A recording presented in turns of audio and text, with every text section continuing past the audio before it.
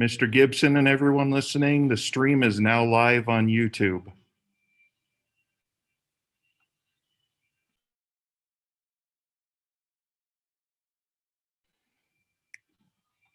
Captioner, please don't do any captioning until the board president starts the meeting. Thank you.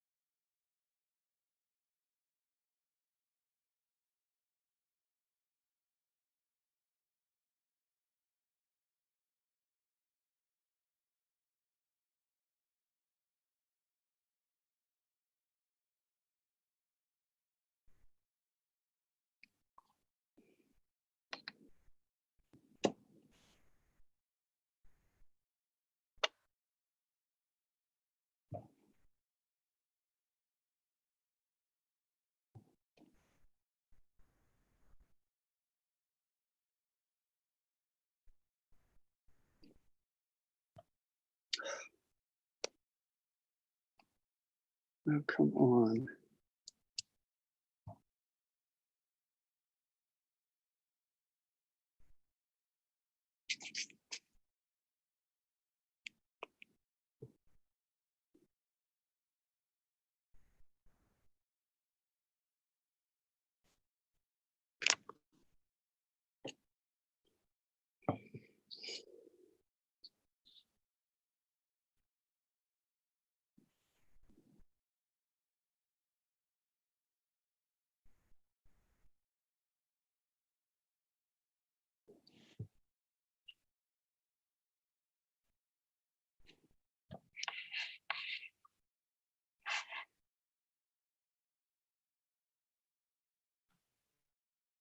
We are live on YouTube.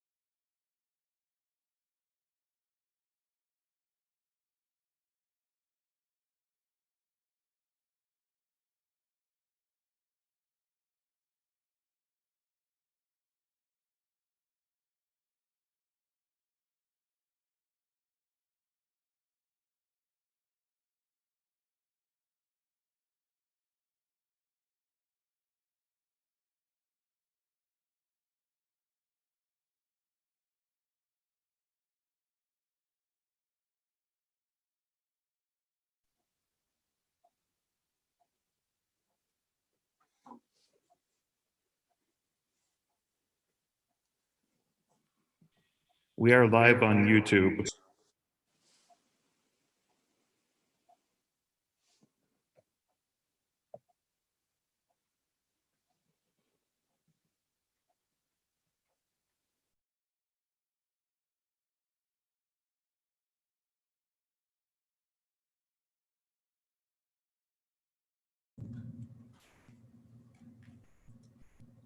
Mr. Gibson, I'm waiting for one.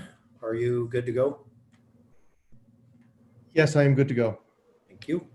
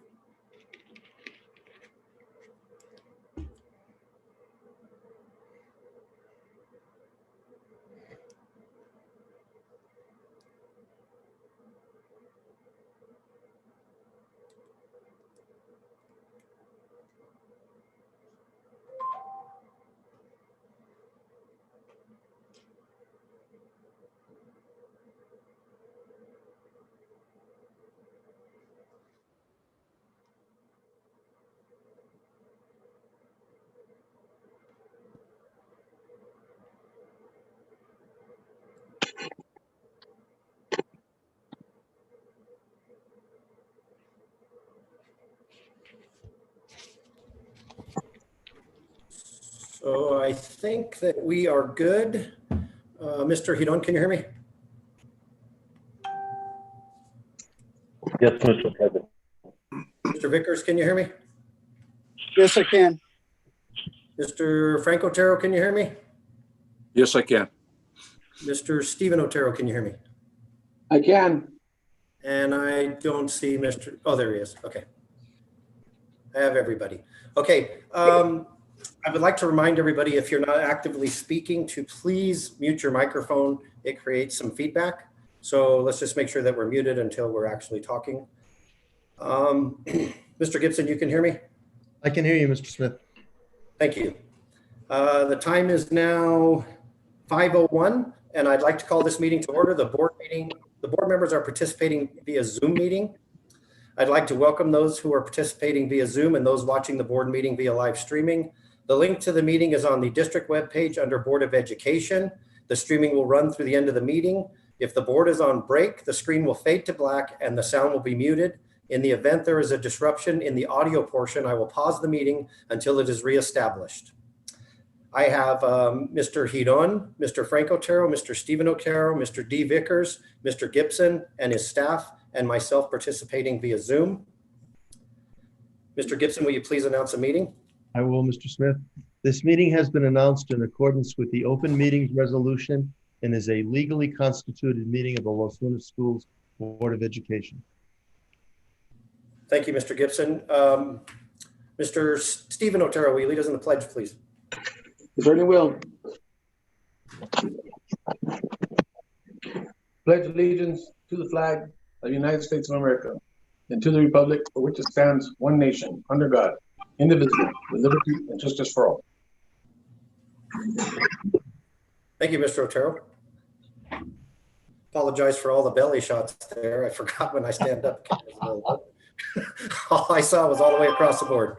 Mr. Gibson, are there any changes or deletions to the agenda? There are none this evening, Mr. Smith.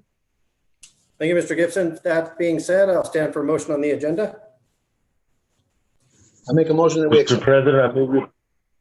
I have a Mr. motion by President, I Mr. move to approve the agenda. I have a motion by Mr. Stephen Otero that we approve the agenda as presented by Mr. Gibson and the staff. I'll stand for a second. Second. I have a second by Mr. Eloy Hidon. E. Vickers, how do you vote? I vote no. Mr. Frank Otero, how do you vote? Yes. Mr. Stephen Otero, how do you vote? Yes. Mr. Eloy Hidon, how do you vote? Yes. And I vote yes. Agenda is approved 4-1. That will bring us to item number 5 on the agenda. We are here today for a discussion and approval of the procedures and timeline for a superintendent search. I would like to remind the board members that this is discussion and approval of the procedures as well as the timeline. I realize that there's 5 of us. We will all have different opinions. I ask again that you respect the opinions of others and we discuss and approve this if that's in fact what we're going to do in a professional manner.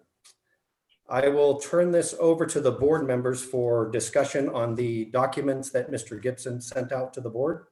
Is there any discussion?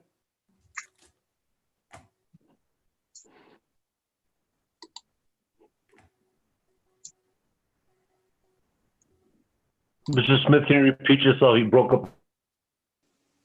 Sorry about that. I turn the discussion over to the Board of Education to discuss the documents that Mr. Gibson, that we asked Mr. Gibson to turn out to the board. He has sent it to all of you. I hope that you have had time and or the wherewithal to view the documents and come up with comments that you see fit so we can make this a board decision and we can get a document that I think best fits the needs of not only the Las Lunas Board of Education, but the Las Lunas School District. That being said, I will open it up for board member comment.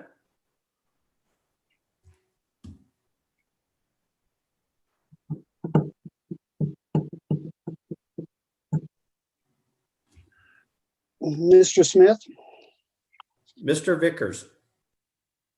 so the documents do not give specifics regarding, for instance, timelines and such as that I can see.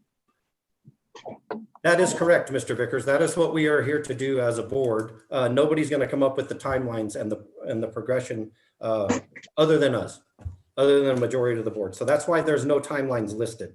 There are, in fact, though, the minimum qualifications. There's some specific stuff dealing with advertisements, where we should advertise and stuff like that. But today, as a Board of Education, we don't have to decide every date that is going to be involved in this process. What we're doing is we're moving forward by adopting the documents that Mr. Gibson has set forth with the amendments that each individual board member wants to make. Due to a majority vote, we can make the changes that we want to make and make those our documents for our superintendent search. But there are no timelines because we have not got together and decided what those are.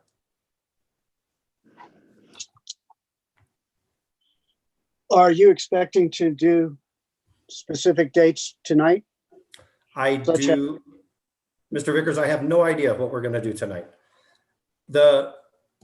We have a meeting tomorrow and we have a meeting Wednesday. We're getting close to November where there's vacations and there's Thanksgiving and then we have the December break holiday. There are other openings in the state of New Mexico and some of them are coming very, very recently. And the reason I wanted to have these discussions and to put something down on paper as to what it is we're looking for and when we're looking for that is to make sure that in this particular environment, I don't believe that there is a best time to open up a search for a superintendent based on what we're dealing with right now and based on the openings that are involved in the state of New Mexico. My thought process is I want to make sure that no one gets a job offer in the state of New Mexico without at least considering the great place that we call Las Lunas Schools with our tremendous staff, our community, our wonderful students.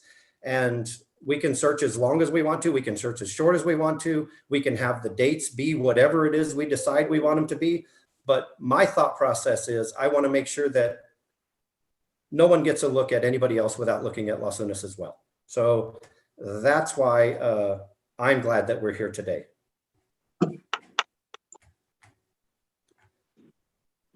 Well, Mr. President, it just sort of baffled me, the timing of this meeting. Very short notice on a school holiday, the fall break, on a federal holiday, when it could have been just a line item on our regular board meeting on the 27th of this month. Doing it at this time incurs extra cost. And it's difficult on the staff who were anticipating being on vacation at this point in time to be here to run this meeting. And I don't see the big rush to do a meeting at this point. I think it's also just the fact the meeting was called for this purpose has also caused a lot of angst among the staff in this difficult time. I don't think they're looking for a change of leadership at this point in time at all. Thank you for your input, Mr. Vickers. So the reason this meeting was called, and we have very limited amount of staff members working today, and I appreciate them coming in, as I've already relayed that. We have a meeting tomorrow and we have a meeting on Wednesday. Without getting into specifics, you had asked me to put something on the agenda a while back, and I did that as board president. I was asked to place this on the agenda by other board members and to do it in a timely manner, and that's what I'm doing as board president. So just as you asked and we did, they asked and we're doing. So I hope that answers your questions. There's limited staff personnel. So board members that asked for this to be done in a timely manner, do you have any input? Mr. President, Mr. Hiron. I had a couple meetings with Mr. Walter Gibson, and I asked him advice on how do school board members go out? How do they advertise for? Picking his brain. It's probably been, I'm going to say, the second week that I met with him in his office, and he was quite helpful with me. We discussed things like requirements and desirables. He asked me to send him something, and I think everybody was involved in that, in at least engaging with him. And I sent something to him, I'm going to say probably the middle of August. And I want to thank you, Mr. Gibson, because a lot of that you incorporated in that advertisement that you drafted up. So I want to thank you for that. After that, I started looking all over the country and just Googling through LinkedIn and all these other sites where they advertise for superintendents, and with the district kind of by our size. And there's a couple other things I would like to add to that. So later on, I guess if you present that, your document, I can go ahead and add some of the stuff to that.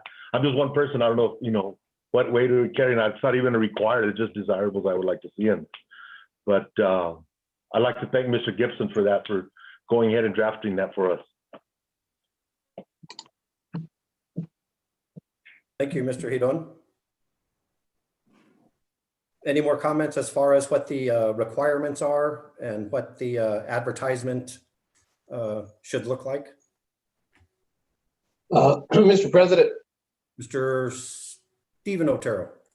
Yeah, I'm pleased that we're doing this and taking the time to do this specifically for this right now instead of incorporating into another meeting.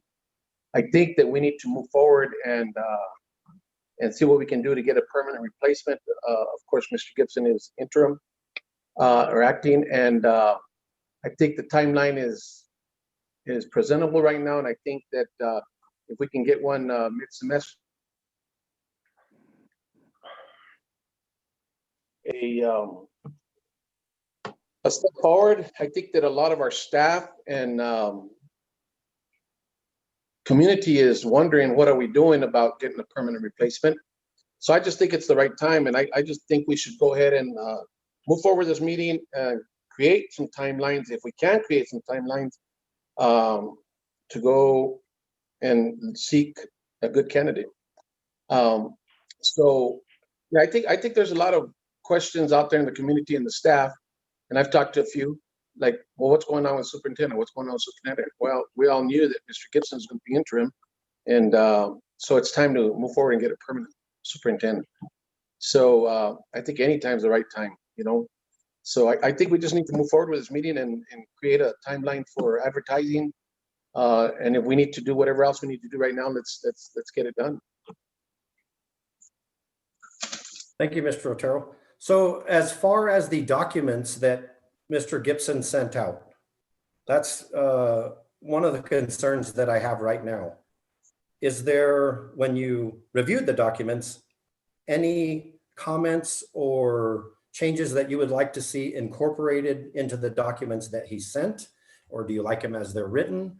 I think that's one of the things that we need to discuss right now.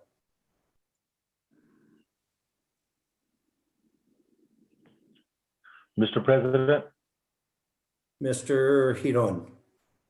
I'm going to go ahead and direct this to Mr. Gibson.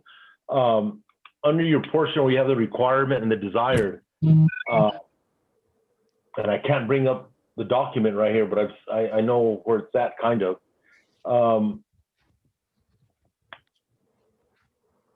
I would like also to see, I mean, you have, I think in your desired portion of it, you have probably somebody with a PhD or an educational, an EDD. You have different things like that. What I didn't see there, and I've seen on all these other postings throughout the country, is that, and I don't know if it's going to be a required or a desired, but I see where they have so many years as a teacher, so many years as a principal, and so many years working in central office. So I would like to have that added to it. I don't know if that'd be a problem, Mr. Gibson. No, not at all. So the way it reads in the job, in the preferred required qualifications, is experience in the central office or as a superintendent is a minimal requirement. Having previous experience as a building level administrator, either elementary or secondary, is an asset as well, although not necessarily a requirement. Lastly, experience in at least a medium-sized district helps to understand the complexity of an 8,000 plus student district. I think it's fair to say that you could not be qualified as a building level administrator in New Mexico or as a central office administrator without experience as a teacher. So being a teacher goes without being said. So I think the question is, are you satisfied that having experience in the central office, which would be assistant superintendent, curriculum director, chief financial officer, any of those positions, or a superintendent, is a minimal requirement? I can see that being a minimal requirement, but I would also like to see, them also being part of maintenance also, and part of food services. That's asking too much. I know we're not going to be able to find that, but I don't think it's unfair advertising or at least highlighting being a principal at some part of their career.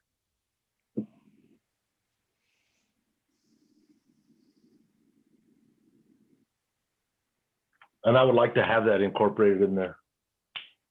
At least a desirable. Yeah, that's the way it reads. Having previous experience as a building level administrator is an asset, although not necessarily a requirement. So in other words, if you had experience as a building level administrator, either elementary or secondary, that would be an asset as you reviewed the applications. You would consider that to be a strength of the candidate.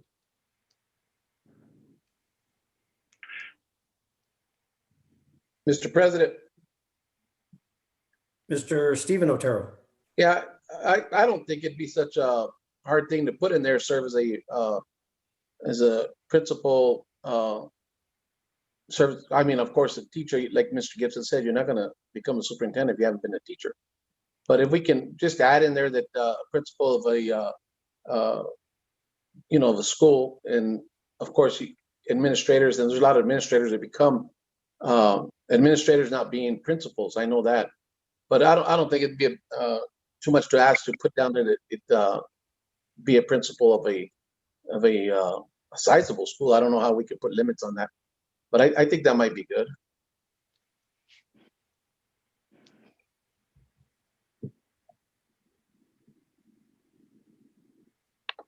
Thank you, Mr. Stephen Otero. Any further comments? Mr. Smith, Mr. Vickers. since we're talking about some specifics regarding timing, to me in the district right now during this time when we're doing virtual school, we're talking about plans to do hybrid at some point. It's really an unprecedented time. I don't believe it's a good time to change leadership at all. I think Mr. Gibson has obtained buy-in from the staff for what is going on. So I think that the advertisement should say that the start date would be July 1st, 2021, that we would have Mr. Gibson here through this school year to the end of June. So we have stable leadership and we don't have any uncertainty among the staff and the community as to the leadership for this school year. Thank you for your input, Mr. Vickers. I'm asking you guys to please focus on the documents that we have. Mr. Smith, Mr. Frank Otero. I just want to, since you haven't asked me if I have a comment, I concur with Mr. Vickers' comment that he just made. I believe if you want to open up, post it however you want to post it, and then bring it back in a month or whatever and see who applied, and we'll take it from there. But I mean, if you really want people to be comfortable and stable, changing the superintendent in January is, to me, is foolish. Thank you. Mr. President? Thank you, Mr. Frank, for your comments. I have asked all the board members for any comments, so you're more than welcome to speak up whenever you have a comment. We're trying to get through the two documents if we could do that, because regardless of when we do this, we need these documents approved. So that's why I'm trying to go through them, and we got these documents a while back. So that's why I'm asking if you had a chance to review the documents and there's anything you would like to see changed. So can we talk about Mr. Smith? Mr. Frank Otero? Okay, regarding the documents, I'm fine with both documents. I'm fine the way they are. I understand the methodology of how you arrive to being a superintendent and getting that knowledge, and then the process will go through those applications and have a cut list. So if we're asking for the best we can get, well, let's take whatever applications come. Thank you, sir. Thank you, Mr. Otero. So in dealing with the documents, so I can talk about them. I have a couple of items that I would like to see incorporated as far as on the job description portion, Mr.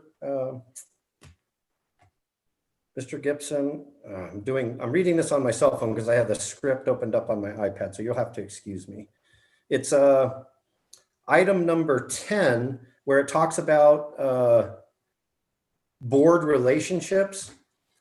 I think it's very important that we put in here verbiage that indicates that all 5 of the board members are part of the Board of Education. So when you're managing the interests and the affairs of the Board of Education, or when you're communicating with the Board of Education, that communication should be held with all of the board members of education.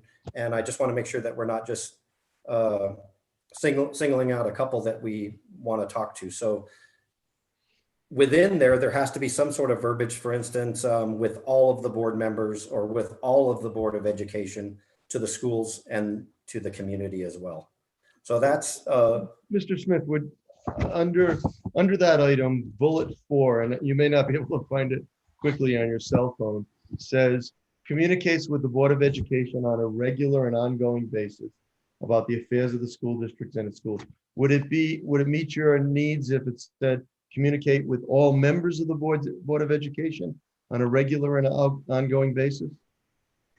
So that would be my take, but I mean, we're all going to approve this document, but yeah, I would like it to say something like that so we can make sure that it incorporates all 5 board members, that if any communication is going to be done, or if there's going to be a representation of the Board of Education that is in fact representative of the entire Board of Education. So I think what you said encompasses what I would like to see in there. I mean, if somebody has a different verbiage that they would like, or discussion on what I would like to see in those two bullets, then by all means, I mean, voice your opinion. That's what we're here for.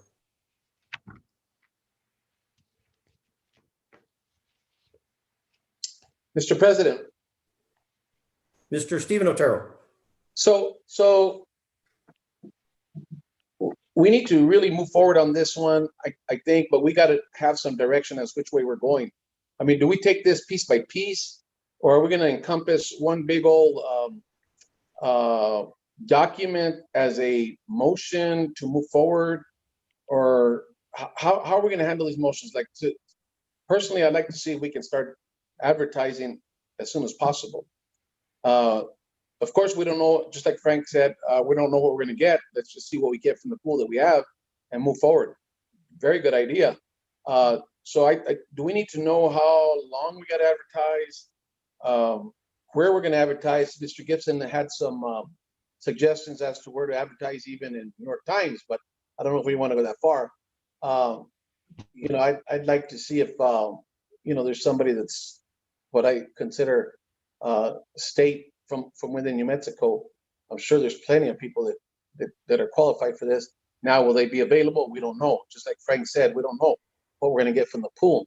But I'd like to see us move forward and with advertising this position. And after we advertise and we don't find a good pool of candidates, then we do as Mr. Vicker says and hold off to July. But I believe we'll find a good pool of candidates. So I don't think we're doing anything wrong by moving forward. So I just don't know. I'm kind of lost right now. Do you want us to, shall we act on this like piece by piece? Is that going to be acceptable through the board agenda? Or do we make a motion and then have a secondary meeting after the advertisement is done? I just don't understand. So from what is written in the board agenda, what we're here to do is discuss and approve and the approval of the procedures and the timeline for the superintendent search. So to answer your question, we're doing both.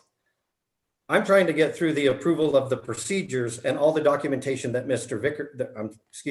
that Mr. Gibson sent.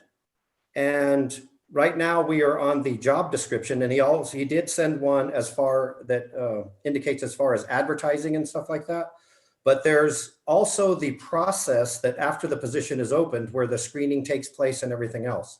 So that's another one where I would like to see some things changed as far as the screening process goes. So I'm just asking if we could just focus on the documents, and then we can discuss timelines for that. But the documents, as I stated earlier, are gonna happen regardless of when we do this. We've got to agree on these documents, and these documents have no dates on them. So if we could just work on these documents, that would be awesome. Well, I'm sorry, go ahead. No, you were talking, my fault, I apologize. Okay, so Mr. Gibson, so one of the other things I had as far as the timeline on the advertisement, I believe. Yep. For item number 3, and like you said, it's hard for me to find stuff on my phone, so I'm going to hope that I'm on the right one. So item number 1, I would like for the Board of Education to screen the applicants, and then we could solicit help from the interim superintendent of any concerns, references, qualifications, etc. But my thing is I want to make sure that the Board of Education sees every application that comes in. I do not, and this is just my opinion, do not want to see any application screened before the Board of Education has an opportunity to see them all. And then if something should be wrong with it, when we come up with a list or a short list or I want to use what Frank said, but I forgot what it was. Not a chopping block. He said something, but whatever he said, whenever we come up with that day, then we can present those. And if you say, well, there's an issue with this as far as the references go or the qualifications, then we can move forward with that. But I would like the Board of Education, all 5 of us, to see every single person that applies for this job, so we can at least do the initial screening of that. The second thing is the number of people that we're going to interview is totally dependent on a couple of things. one, the number of applications, and two, the quality of applicants.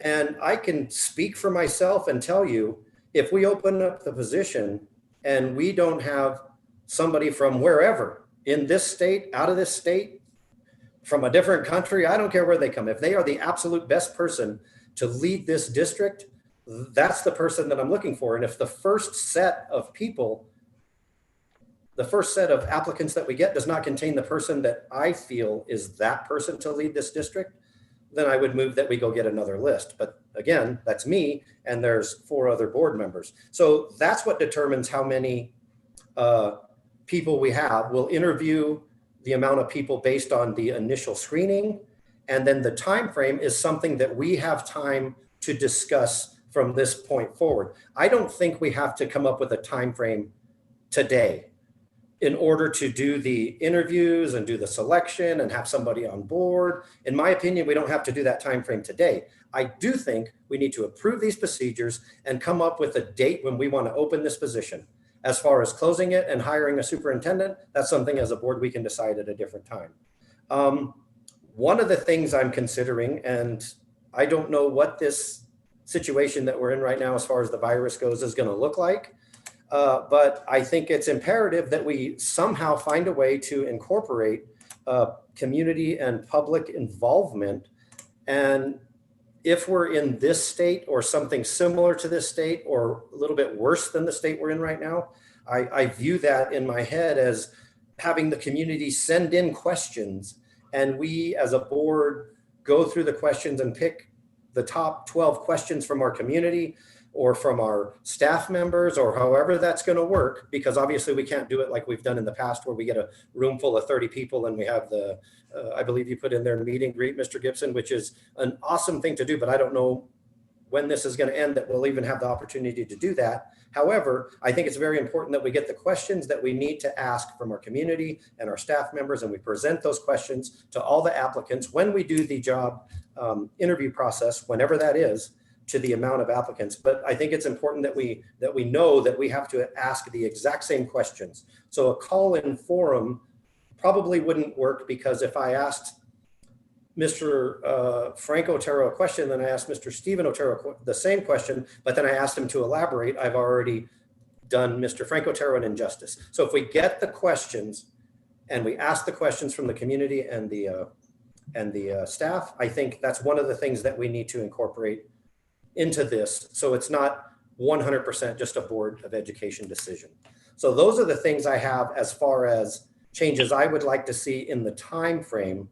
So if anybody has any comments about those 4 bullets that I pointed out, please voice your opinion, but I think that it makes sense to me anyways. Mr. President. Let me ask a question. I'm sorry, Mr. Rowe. So, Mr. Smith, generally in this kind of situation, you have somebody from your human resources office screening the applications, not to decide who gets interviewed and who doesn't, but to make sure that the application is complete. So if you look at bullet number 2 under application, I suggested 5 things that would be part of the application.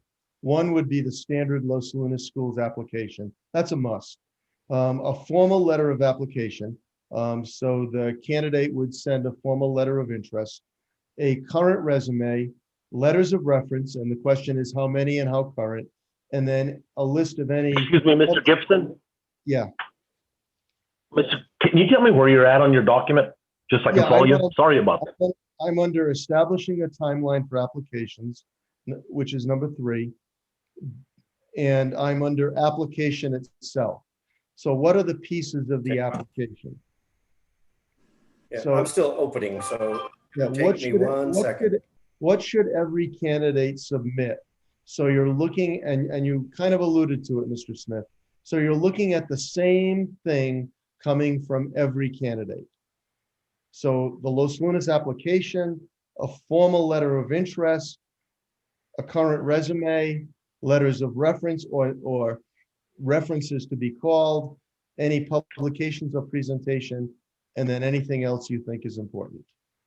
Correct. So if eight- those requirements are met, then that application is Then forwarded goes- to the Board of Education. Absolutely. So my only suggestion there was to save you time, if someone submits an incomplete application, someone from the HR department would call them, email them and say, we haven't received this yet. The deadline is such and such. So you would not be looking at an application that does not include all of the information that you want. Correct, but we would give the applicant time to Absolutely. correct those. And I apologize, I'm not loading because I'm trying to read what you're saying. So I guess that addresses my concern. If those minimum requirements are placed in with the regular application and then the Yep. letters of interest and everything. However, if somebody doesn't write a biography about themselves, I don't think that necessarily excludes them from being a candidate. But if they have the proper resume, they have the proper Las Lunas Schools application. And again, I'm not open, Mr. Gibson. So what are your other two? Well, so the application is number one. Yes. A formal letter of interest. Right? So Okay, I think that's a really important piece. sure. Current resume, list of references. Those are Okay. four pretty basic ones. Sure. Then the other is a list of publications and presentations, which gives you a fairly good picture of the candidate's strengths. Have they written papers? Have they presented at conferences? What's their background and skill set? And then my last one was anything else you consider important. So if you had another one that you wanted to add to that, but the big four are the application, a letter of interest, a resume, and references. Okay, so yeah, so I would be okay with that if they provided those four individual items, that it would get forwarded to the Board of Education. I don't want to call the publications and presentations as extra credit, but I meant that's a It's lot sort of of people. what it is. It really A is. lot of people like to submit that stuff. So yeah, that would be definitely one of the things I would like to consider. But if the first four items, the mandatory items, if that's what we as a board want to call them, are present, then I think that those should all be forwarded to the Board of Education. If they're not, I think we should immediately contact the applicants and say, look, we're still waiting for your Yep. reference, I agree. whatever that is. So Mr. President, once you determine a timeline for applications, jobs advertised, how long do candidates have to submit this packet of materials? Once that packet is submitted, and it will come in piecemeal, of course, assuming that we're getting into the last 5 or 6 or 7 days of the application period, and a candidate has not submitted something, the HR department calls or emails and says, we still don't have this. Would you please forward it? Then once all of the candidates that have applied have completed their packets, then it gets forwarded to the board for your review. so Mr. President, Mr. Stephen Otero, you guys all sound the same on my speaker, so. yeah, so if I can ask a question to Mr. Gibson. Mr. Gibson, couldn't we just do this kind of exactly what you're saying, but somewhat in reverse? So in other words, because I'm sure that some of these applicants are going to have to be confidential to a certain point. Couldn't we, like for instance, Karen received those, date stamp them, the packets on a sealed packet, and then they're reviewed by the board, shortlist, and then we sent that shortlist back to you to make sure that everything is in the up and up with their application. Yeah, Could that occur? That could occur. So I'm thinking of confidentiality. I know that a position of a superintendent, in a sense, I'm sure you've dealt with this, Mr. Gibson, being a superintendent for such a long time. There might be some times that you need to remain confidential till the right time comes. We don't want to scare let's say you're a superintendent from, let's say, Belen Schools, right? But you really don't want them to know that there's a possibility you're looking for another job. So you like to keep it confidential until you're a shortlist. Once you're shortlist, then I can see that there is a chance. It's a gamble, of course, but I'd like to see it, and I like your suggestion, that if we get 10 applicants, they go directly to Karen, she timestamps them in a sealed packet. Then we sit down with you if it's an executive session, if it has to be, and we shortlist them. And then after the shortlisted, then you go in and do what you have to do to make sure that everything's in line. That's what I think could work for us. And at this point, since I've got the microphone, I think that Mr. Gibson worked real hard in getting us these documents, and I think that it was based on our input. And yeah, of course, we have a few things to add, but I definitely don't want us to say, okay, let's resubmit the documents again, and then let's have another meeting. And we just need to move forward. So as far as all the documents that are presented at this point in time, I'm good with it. So, Mr. Stephen Otero, are you good with some of the suggestions that other board members have made? I am. I mean, even if anybody, I mean, I think that if somebody's making a suggestion, we're one of 5, it should be included, whatever it is. If you make a suggestion, Mr. Giron, Frank Otero, or Mr. Vickers makes a suggestion, it should be included because we're one of 5. So I do and can appreciate the fact that we involve our community. And since I'm still talking here, I'd like to see if maybe we can present 3 names to be involved, and they submit the 3 questions. And like you said, if they're duplicate questions, then we say that it was asked by this person and this person. But I definitely know that we have to include our community. And I know that when I sent back my information to Mr. Gibson, I wanted to make sure that we include NEA in the process as well. So, but that's, like you said, Mr. President, that could be down the line. But I think our first step right now is to advertise,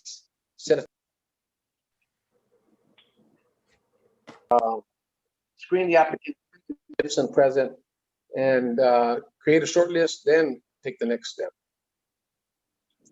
Okay, Mr. so President? we are, I didn't see, sorry. Mr. President? Mr. Eloy Hedon. Yes. I've heard you, I've heard Mr. Gibson, and I've heard Stephen. I heard Mr. Vickers, Frank.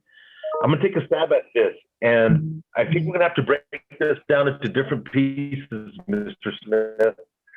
And I'm gonna start this with a motion, and I'm open to withdrawing my motion during the discussion, amending it. But let's start with this one. If it doesn't work, if you can articulate to me why it's gonna hurt the child in the classroom or help them, I'm willing to withdraw it and change it and tweak it however we need to. But I'm gonna try it like this first.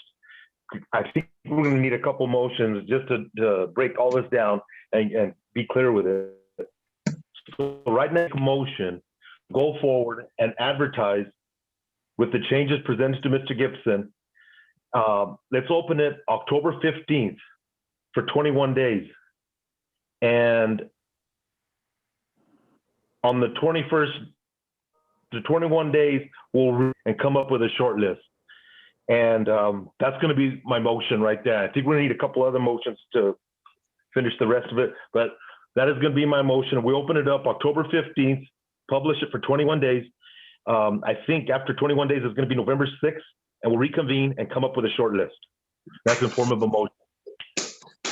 Okay, so let me state all this first. So I do have a motion by Mr. Eloy Hedon to advertise the position on October 15th for 21 days. But we need to make sure that we get these procedures approved as well, based on the input that we've had from board members. So we can, when we advertise on, if we so choose as a board on the 15th, that we have the right documentation that we're putting out in our advertisement. We're advertising where Mr. Gibson has suggested we advertise, and we're having the requirements, minimum requirements, and the job description as Mr. Gibson has specified, with the changes that we've talked about as a board. And I have talked about at least 6 changes that I would like to see. And I know that Mr. Gibson has written them down, and I haven't heard anybody provide any comment as to whether they think they're good changes or whether they're not good changes. And as a board member, I would like to know, if you think they're not good changes, then we need to discuss that. If you don't have an input on them, then I'm assuming that you think they are good changes, and Mr. Gibson can put them in the document. But I'd much rather us ensure that we get this document done. So when we open the position, we're providing the document that all of us board members want. So whenever we Yes. decide we're going to open this position, we have to make sure that the document is done. Mr. Mr. Smith, President, I did ask for one of the changes, and I will go ahead and withdraw my motion at this time. I thought Mr. Gibson was good. I'm good with your changes, Mr. Smith. I had one change that I wanted added to it. I didn't hear no more changes to the document. I started hearing timelines and where we're going from here. So I thought we had changed already. So if we're still addressing the document, I apologize. No, I go ahead and withdraw my motion. So I would, I know, I just want to make sure. I didn't know- would really like us to finish the document portion of this, the procedures, Okay. move on to a timeline, but your motion is still on the floor. I could ask for a second, but you withdrew your motion Oh, at no, this no. time, is that Mr. correct? President, I would like to withdraw my motion at this time, and let's go ahead and, I thought we were done with the document because we're headed somewhere else. I didn't want, so Perfect. I'll withdraw it if we need to Perfect. add Thank stuff to you. that document. Thank you, Mr. Smith. Frank Otero. Okay, this is Frank Otero. I also concur with what you said. I'm fine with it. I realize in us to get to a point where we're going to announce a date, we need to close this out. So I'm with you. Thank you. Thank you, Mr. Smith, Dave Vickers. Mr. D. Vickers. On the points that you and Mr. Gibson were just discussing, the elements of the application, there's a couple of other things that I think should be included. I'm assuming they would be through the HR department, but they're not specifically listed. And that is verification of current licensure and background check. And that's something the board can't do, that has to go through HR to verify those items. Thank you, Mr. Vickers. And those are both very good points. And those should be included, correct, Mr. Gibson? Yes, in fact, the first one is certification. So the candidate should have or be eligible for a New Mexico certification as superintendent of schools. Most states have reciprocity. So if you were certified in another state, you would very, very likely be certified in New Mexico. Okay, Generally, that was gonna be my Generally, question. you don't do a background check until someone gets to at least the level of a finalist. Okay, so both valid points. So Mr. Vickers' bullets 1 is captured in item number 1. Is that what you're saying, Mr. Gibson? Yes, Okay, but the background check, and forgive me, I still can't open the document. Is that defined in your document as well? Because if It is it's not, I it agree is with it. not, but it's a state requirement, Mr. It's Smith. a state requirement. You can't Okay, work in a school district without a background check. I kind of like it somewhere in there though, even though it's a requirement, I'd kind of like it in there. I think that's a valid addition to the document itself. So as far as the nuts and bolts of the advertisement for superintendent, meaning the verbiage that describes what it is we're looking for as a district and what's going to be the minimum qualifications for a candidate, the process of the job description, those 2 items, is there anything that anybody would like to see changed or added in those documents other than what we've already discussed? Or is there anything that we've discussed that you feel does not need to be included in those documents? I'm good with what we have right now. So there's 2 things that we'd like Mr. Gibson to add. Am I right? One is or 3. I think you had 2, Mr. President, and 1 from Eloy that I agree with. So can you rephrase, if you don't mind, Mr. President, the 2 items that you wanted to add? So I will do my best, and I will rephrase mine in the way that you and Mr. Gibson described, because I actually agree with yours instead of mine. And that would be to have the board review the applications, and Mr. Stephen Otero, correct me, or Mr. Gibson if I mess this up. because my notes are unreadable to me. So ensure that the board screens the applications first and provides a short list to Karen receives the application, she timestamps them, returns them to the Board of Education in a sealed envelope. The Board of Education reviews the applications. We create a list of the people that we feel as a board we would like to interview. We provide that list to Mr. Gibson, and Mr. Gibson works with the HR department to verify that the shortlist applicants have all of the job descriptions that we need, including the Los Lunas Schools application, the letter of interest, the resume, the references, and if they so choose, the publication and presentation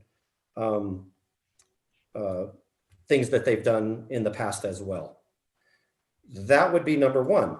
Number two, that I would like to see in there is something to do with public involvement as far as adopting this document. But I also want to caution that if we have, and I guess my concern is to put something in there that involves that. What it looks like, I think we have time to determine based on the requirements of the CDC and the state and everything else, what that looks like. But I think it's crucial that we put that in there. And you did capture it, Mr. Gibson, albeit in a perfect world where we could have it at the Teacher Resource Center with a meet and greet.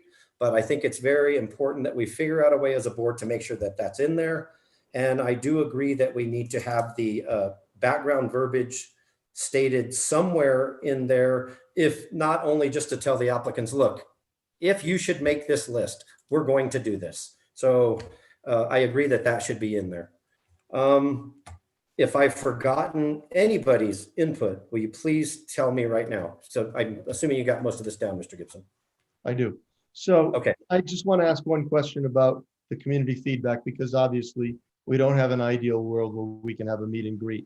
So what you would like is an opportunity for community members to provide questions that will be asked of the candidates.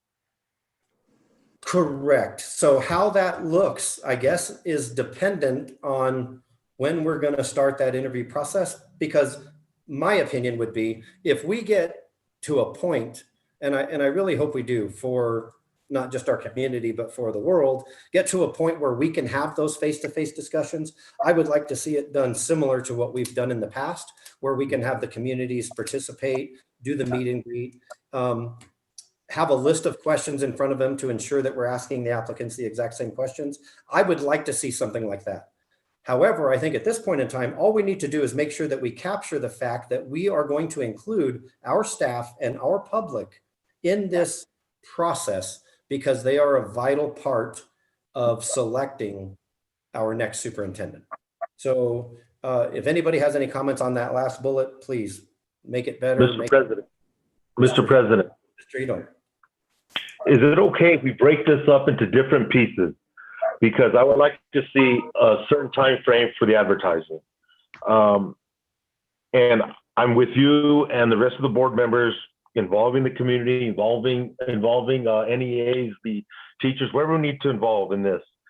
But would it be fair for me or all of us to direct you to come up with a format with dates and a process that they could submit their questions? Because you're right, we don't know what we're going to look like. We do it at the Teacher Resource Center. We have to do it on Zoom. Would that be fair for us as a board to direct you to do something like that? So I'll do whatever the board directs me to do. Whenever it is you direct me to do it, I'll be more than happy to do that, as long as we, well, the majority of us agree on that.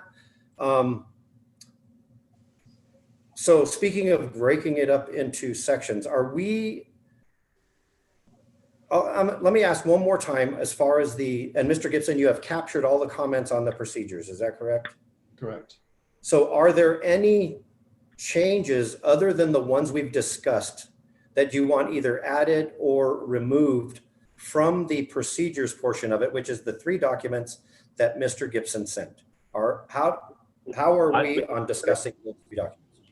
I just have one. I want to be clear on that. On number 3, Mr. Gibson, you said have experience as a superintendent or central office administrator, experience as a building level administrator. So that is a principal, is what you're calling it, right? Well, the way it reads now is experience as a building level administrator, either elementary or secondary, is an asset, although not necessarily a requirement. But that's what you call a principal. Yes, secondary level, Okay. a building level administrator, yeah. Okay. Mr. Gibson, isn't Okay. secondary I'm administrator good, also man. principal? Say that again? Wouldn't a secondary administrator or elementary administrator be A building level administrator would be either elementary, middle, or high school. but assistant principal as well, right? Yes, that's correct. Okay, Mr. Frank Otero or Mr. D. Vickers? Mr. President, I Mr. just wanted to reiterate my comment on the advertisement itself, that for the sake of stability in the district, that we should advertise that the start date for the position would be July 1st, 2021. Okay, so thank you, Mr. Vickers. Are there any comments about the approval of the procedures? So, Ms. Wolf, can you hear me? Yes, sir, I can. I do have a couple questions, but go ahead. Okay, I may answer one, but doubtful, but try, doubtful. So on item number 5, it says discussion and approval of procedures and timeline for superintendent search. If we have no more discussion on the procedures, can we make a motion on just that specific thing? Or do we have to do it procedures and timeline all at once? Well, you actually have 3 documents. You have a position description. Okay, You have the requirements, and you have the advertisement. I don't see why you could not break it down. I don't have them listed as specific items, but they're general. Thank So you. it's dependent on you, but I do have a couple questions when you're ready. okay. So I'm sorry. So the 3 documents that we've been discussing today, all 3 documents that Mr. Gibson has sent us a while back, with the changes that we've already discussed, we could make a motion on those documents to approve the 3 documents that Mr. Gibson sent with the changes that we've already discussed, and exclude that part, and then move on to the second part. Is that correct? Are you talking to me? I'm sorry. Yes, ma'am. Sorry. That's okay. You have 3 documents. So part of it, that advertisement, I believe those first 3 documents that you're talking about incorporates that. The timeline is also, you can either do it as part of this inclusive, or you can separate it out. So it would be my preference, and it's up to us board members. I would like to get these procedures out of the way. So if we can say that we're ready to vote on these procedures, that would be an awesome thing. So I'm going to ask for any comment left on these. And if I don't get any, I'm going to ask for a motion just on the procedures themselves, which don't include any dates. Correct, Mr. Gibson? We don't have any No, dates. I do want to make one comment, Mr. Smith. You've made a number of changes. I've written them all down. I need to wordsmith this and get it back to you for your review. So Can you word Otero it or word Vickers it or something? Why do you have to word? I didn't mean it that way, Mr. Smith. Pressure. I mean, you've made very few changes to the position description. I can do that very quickly. But Correct. the procedure, you have made some changes to. And those changes need to be incorporated in the advertisement. So I need to make some adjustments to that. So those 2 go together. The one thing you haven't talked about at all is where to advertise it, how broadly. So if you look at the list I gave you, the first 5 are really New Mexico advertisements. Then beginning with 6, 7, and 8, you begin to broaden out to the national level.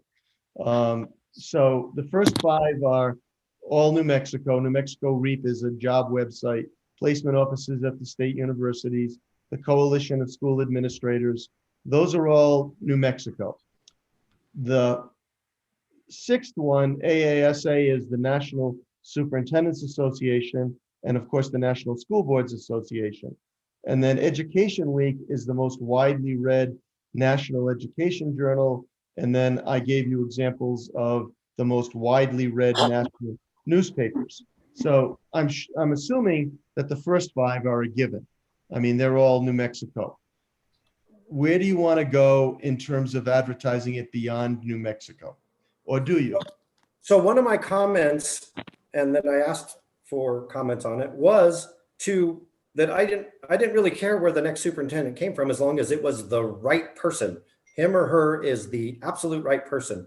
So can you think of any negatives to advertise in the last three bullets, in the AASA, in Education Weekly? I don't see any negative for Education Weekly whatsoever. Education Week, I'm sorry, at all. I mean, I don't. The only negative is it's going to cost you some money. And What- and Education Week is not all that cheap to advertise in. What are we talking? Karen, you've done this before. I would say 500 is probably about right. But it may be more than that because I haven't done You're this. in a probably while. doing it. I think you also, when you're doing the advertisement, you need to keep in mind, I know that it was mentioned the 15th. That's awfully soon for us to be able to get purchase orders in place and get things muted, or to get them advertised by that time. So that was my big thing, but we can certainly look at it and see how soon we can get it done for you. The 15th is Friday. That would be, It will be tight for us to be able to do a purchase order and get things in where they need to be, based on the timelines and the deadlines for different places. I don't know how soon. I don't want to commit that I can have it done by Friday. I do not know that I can do that. Right, but, okay, so let me back up again. So we're still on this document. If we were to advertise in there, what would it cost whenever it is we're doing the advertisements? I'm not even talking about a date right now. I'm saying, if we advertised in these particular items, how much would that cost? And $500 for Education Week, is that correct? I would say, my guess is that's about right, but I haven't done that in a long while, Mr. Smith. So I Okay. don't know what to tell you. I won't hold you to the $500. I won't make you pitch in the rest. But I can tell you that if you put it in the LA Times, the New York Times, and the Washington Post, it will cost you at least $500 for each one. And what's the duration of these advertisements? Probably a Sunday edition. Oh, one paper? One printing in each of those Okay, is Sunday edition, which is the most widely circulated. Now, a lot of it is online now, as you know. So again, I don't know. I have never advertised in these places online. We could get those to you very quickly, but certainly not advertised by Friday. so specific dates aside, how do we feel about the advertisement places that Mr. Gibson has put on here? I personally think that Education Week would be a good one, even if it's short and sweet and a one-time deal. Like you said, it's one of the most widely read national education journals there is. So I don't know who's looking for a superintendent job, and I don't know when they are. As I stated earlier, I want to make sure that if somebody is looking at the same time that we are, or some people, because there are several job openings, that they at least consider Los Lunas. And I want to make sure that we have the best opportunity to get the best candidate to come in here and take care of our kids. So board members, I'm asking you for your input on the where to advertise bullet. Okay, Mr. Smith, Mr. Vickers. I think definitely throwing a wide net is a good idea. You never know who's out there. It may be somebody who's a native New Mexican who's been away for a while and would like to come back home and is looking for a superintendent job back home. But I think the last bullet is not necessary, but the other two national publications I think would be good, but I don't see that the last one would be sort of redundant and just adds that much more expense. Concur. Mr. President, Mr. Stephen Otero. Here again, I think I think we should stay within New Mexico. I think we have probably qualified people, but then we go back to the fact that Mr. Vickers is wanting to wait till July 1. I feel that if we don't find what we're looking for within New Mexico, then we reconsider to going outside of New Mexico and follow Mr. Vickers' recommendation. You know, too many times we hear about that we have good qualified people within our community, and in this place, at this point in time, we probably have some very skilled qualified people in New Mexico. So you asked for opinion. My opinion is that we go ahead and advertise in state only for now, because I think also to advertise in New York and the LA, whatever else we have to advertise, it's going to set more time to it. But if we don't find who we want in New Mexico, from New Mexico, then we should follow Mr. Vickers' move and wait till July 1. Thank you, Mr. Otero. So I just have a couple of comments. I'm of the thinking that we should bring everybody that we can here and find out who's the best one to lead this district. In my opinion, it would be like limiting it to this Zoom meeting. Let's limit it to the Zoom meeting. And if we don't find who we want here, let's include a couple of more districts, and then let's include this, and this, and this. Now, I'm all for getting as many applicants as we can. Applicants. I agree that the LA Times and the New York Times and the Washington Post, I don't think that, and I don't know, Mr. Gibson, you can correct me if I'm wrong, I don't think that superintendents actually look at those places when they're trying to find out where superintendent jobs are. So I agree, that one should not be. The Education Week. If I put that one on there, they go from most local to most far away. And okay. I would concur with you. I gave you that as an option, not sure, because I think it's the right thing to do. Okay. And we might not get any applicants from out of state. And then we might. I don't know. I think that we should broaden it a little bit and see what we get. But I agree with Mr. Stephen Otero too. We have some amazing people in this state that would do a tremendous job as being the superintendent of Las Unas schools. But let's bring them in and let's pick the best one. I mean, it doesn't really bother me if they wear Nikes or Adidas. Let's just, whoever they are, if they're the best one for this district, let's get them. But I agree, the final bullet is no good. Mr. President? Go ahead. We have some changes to the advertisement. How long is it going to take you to go ahead and add all the requests to that document? How long do you think it'll take you? To add what you want changed to just the advertisement itself? Yes. I can do that very quickly. Tomorrow, Wednesday, Thursday? Yeah, I could do it this week without question. Okay. My second question is, you said we're going to have to ask for some purchase orders. I was hoping we could use our P card, but how long is that going to take to go ahead and ask and go through our finance department to request purchase orders to go ahead and pay for this? What are we looking at there? Claire's not on tonight. She has an ASBO meeting, but I would say we could cut a purchase order by the end of the week. One of the issues, Mr. Hiron, will be even after we cut a purchase order, we need to send the ad to these places, to the National School Boards Association, Ed Week, and AASA, and then get on their publication. That probably is going to take a couple of weeks. So when we send them the ad and send them the purchase order, and they would go together, it would probably be a couple of weeks before it would be in their publication. You don't just send it to a national publication and say, I want it in tomorrow. But as far as the first 5, I mean, it would be advertised in there basically. Those could go pretty quickly. And basically immediately, yeah. But we can't really, excuse me, Mr. President, based Yes, sir. on Mr. Gibson's comment right now, we're gonna wait another 2 weeks and then we advertise for the oddball number that Mr. Giron said, 21 days. I don't know, it's kind of weird to me for 21 days. So now we're looking at 4 weeks if we go on the national advertisement. So possibly, so where do we stand on the where to advertise bullets?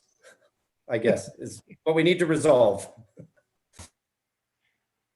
Mr. That- President, Mr. Franco Mr. Otero, President, Mr. Franco Otero. okay.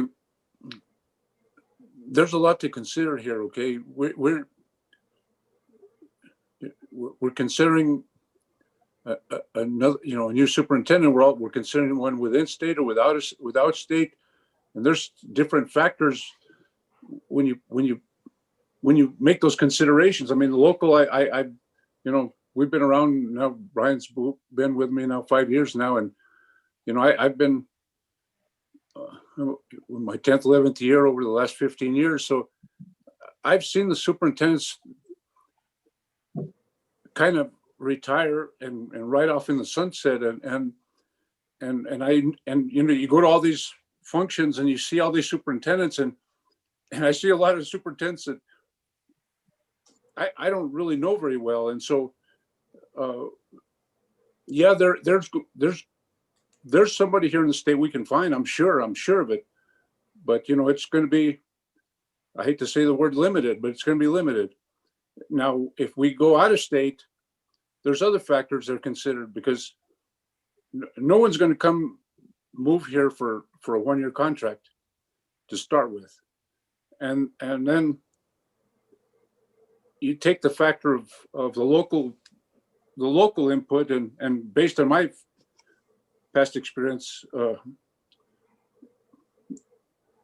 locals don't want somebody from some, you know, we brought somebody from Seattle, I think it was 12 years ago, whatever. And I think we even paid his trip and the whole bit, but he was great. But you know, it's like kind of a fish out of water kind of thing. So it's whatever we want. Do we want the best person we want, or do we want the best that we can get? Or, I mean, there's different factors, and I hate to put it in that perspective, but that's kind of the way it is. And so if we're looking at in-state, I would recommend that go ahead and start posting it in-state, get those postings done and see what we get. And if it doesn't look too encouraging, then we'll go national. But you know, if you're concerned about trying to get some names in a timely manner. So that's kind of where I'm at. Thank you, sir. Sure. Thank you, Mr. Franco Otero and Mr. Stephen Otero. So I think you both made valid points, and I understand exactly what you both are saying. And I agree. It's a difficult choice as to where we want to send this out. But we are this close to getting to a vote on these procedures. So as far as the where to advertise, I have comments for the first 5 from a couple of board members. Mr. Vickers and Mr. Hidon, do you have any further comments as far as where to advertise the position? Mr. Smith, Dave Vickers, Steve Vickers. just what I said before, just the next 2 bullets I think are reasonable. Why limit our pool? Well, why not just shoot for everything and see what comes in? Like I say, we might be missing somebody that's really important by not advertising in a wider pool. Thank you, Mr. Vickers. Exactly. And you're right. We may be missing somebody who is available in a wider pool and or in a time frame that is relatively quick as well. So I'm okay with adding the other 2 bullets, but I'm a little bit concerned with the time frame that you're telling me it's going to take a couple of weeks. is there a problem with advertising locally and then another week it comes out in a different publication, Mr. Gibson, or that's not a big deal? Maybe I'm No. just reading too much into it. Nope, that's not a big deal. Okay, then I'm But I reading way too think much into it. what you do have to define is a closing date. Yeah. Correct. We're almost there though. Almost. Let me finish this. No, we can advertise locally and get it out pretty quickly. Now, bullet number 5 is all major New Mexico newspapers. That's going to cost you some money too. Santa Fe, Las Cruces, and Albuquerque would be the 3, but again, we could probably, I don't know whether we can get them in next Sunday's paper or whether we have, Karen, you know better than I do, whether we can get a legal ad in what would amount to 6 days or 5 days. Sir, I can And- tell you, I will do my best to get it in as fast as you can. I know you mentioned a P card, but that also requires a purchase order. We can't just use a P card, but we can start, as you guys to give us the word, we will get started on that tomorrow. So other than the LA Times, the New York Times, and the Washington Post. Already if took we were that to- off my list. I'm sorry, if we were, no, it's okay. If we were to, well, you didn't put the Globe or there's some other ones, but anyways. So if we were to advertise it in the first 5, there's nothing wrong with doing that and then adding at the same time, obviously. Yeah. Doing it to all 7, but it actually comes out a little bit later in those, but that's not going to be an issue, correct? No. Okay, so I was reading way too much. As into long it. as you leave a reasonable time period Sure. for a person to see the ad and put an application in. So Okay. 21 days probably doesn't do that. Okay, so I agree with that, with the exception of the last bullet, and I guess it's number 8. So probably advertising in the top 7 would be something that I would consider personally. If you had to guess, Mr. Gibson, what would that cost us? For all 7, ballpark, nothing, nobody's gonna hold your feet to the fire. $1,500 to $2,000. Okay, so we've spent money like that, a lot more than that before. So that's not that big of a deal. I don't mean to, Minimize it, I get it, yeah. yeah, you get what I'm saying. I don't mean to make that like it's And if unimportant. it were more than that and I'm off, and we would let you know immediately. Correct. But I think it's a reasonable amount to get started and see where we're at and who is actually looking for a job and for us to consider who we want to lead this district from here on out. So any more questions as far as the 3 documents go? Miss Karen, did you have a couple of questions for me? I actually did, sir, sorry. Go ahead. Let's start, if you don't mind, I just want to do this, so if I can do this in pieces, it makes it easier for my minutes. Sure. So tell me which one you want to start with and I'll tell you which one my question is. You tell me which one is first on your list and we'll go from there. All right, so when you did your requirements, I'll go to the back. You put 30 to 60 days. You need to, before you approve it, you said for at least 30 days, but no more than 60 days. So if you guys could tell us when that would be, that would help. You've already Sure. done the pieces with Mr. Gibson on how we're going to process it, if that's the way you want it to go, which is fine. I saw that you took off the national newspapers. That's gone. Correct? The experience piece, experience in the central office or as a superintendent, having previous experience as a building level administrator. Are you limiting that to a principal or an assistant principal? And is that a requirement? Because not everyone who, it's an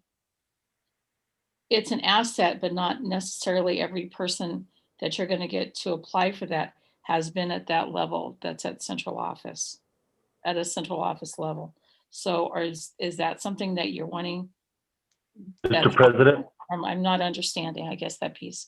Okay, so Mr. Hidon, that was your that was input. mine. And yes, it was clarified that Mr. Gibson said that would be a principal.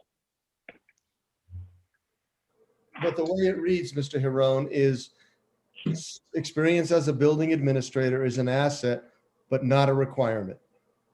In other words, as you looked at the application, if you saw someone with 5 years of experience as an elementary principal, that would be an asset. That would be something that you would consider an advantage for that candidate? I'm asking, I needed to clarify it. I asked for it to be a minimum qualification of being a teacher, a principal, and someone working in central office. I asked for that to be a minimum qualification. And I wanted to make sure I went back and clarified it with you that a building level administrator is a principal. That's correct. So that's or what I'm asking to be or an, changed. or an assistant principal. No, I'm asking for a principal. Okay, so you want building level principal. Yes. Okay. Mr. President, I've got a question. Mr. Stephen Otero. Are we not going to act on this as a motion, or is this, because it seems like Karen's trying to get the verbiage down and we haven't even made a motion. So, yes, so once we have all the verbiage down, we have all the changes that we want to make, everybody is understanding of the changes we want to make to the documents that Mr. Gibson presented, we should all be well aware of what the document's going to look like before we make a motion, or if we make a motion. But based on the changes that we've talked about today, if you're putting those into the documents Mr. Gibson gave us, you'd know exactly what that document's going to look like when he makes those changes. Does that make sense? Yes. Okay. So if I were going to incorporate what Mr. Hiron just said, it would say experience as a principal, central office administrator, and superintendent is a minimal requirement.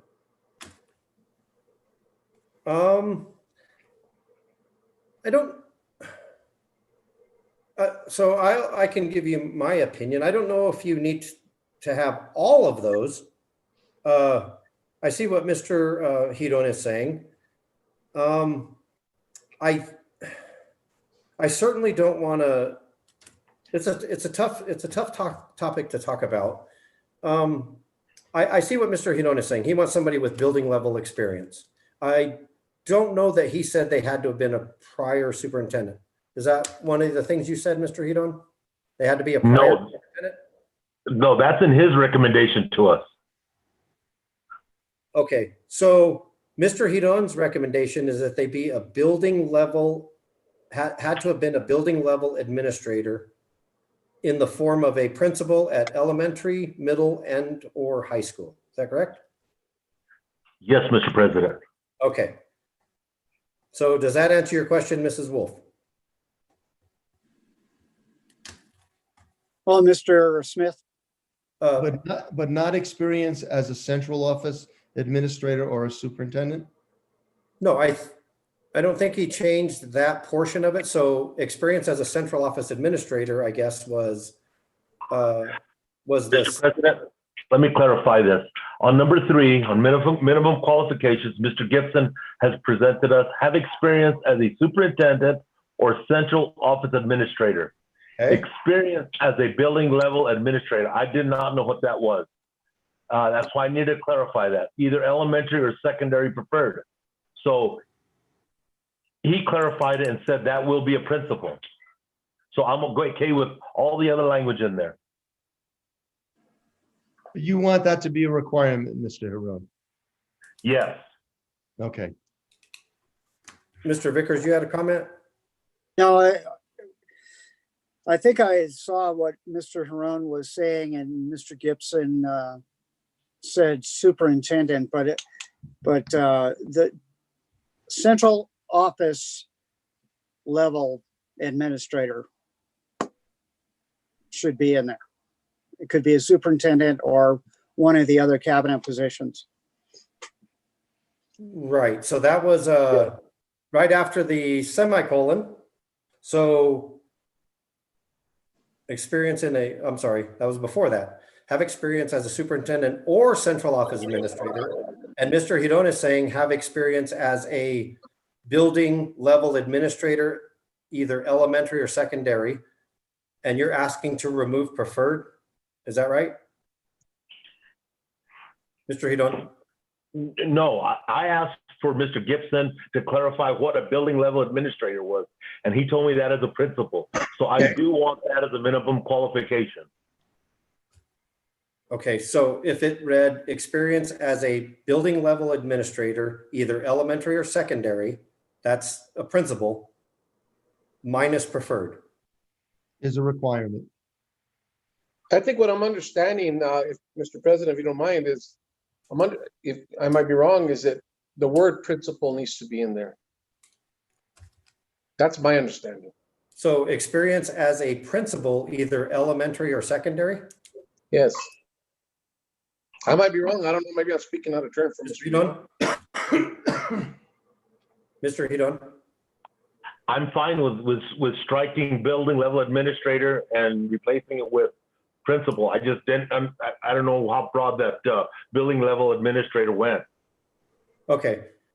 So it would say have experience as a superintendent or central office administrator, semicolon, experience as a principal, either elementary or secondary preferred, Yes, semicolon. I'd be fine with that.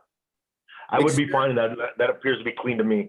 Okay, experience in a medium-sized district also preferred. Can we say similar size, maybe? Because medium size is a relevant term depending on where you live, I guess. Similar is good. I like that. Okay. So that's item number 3.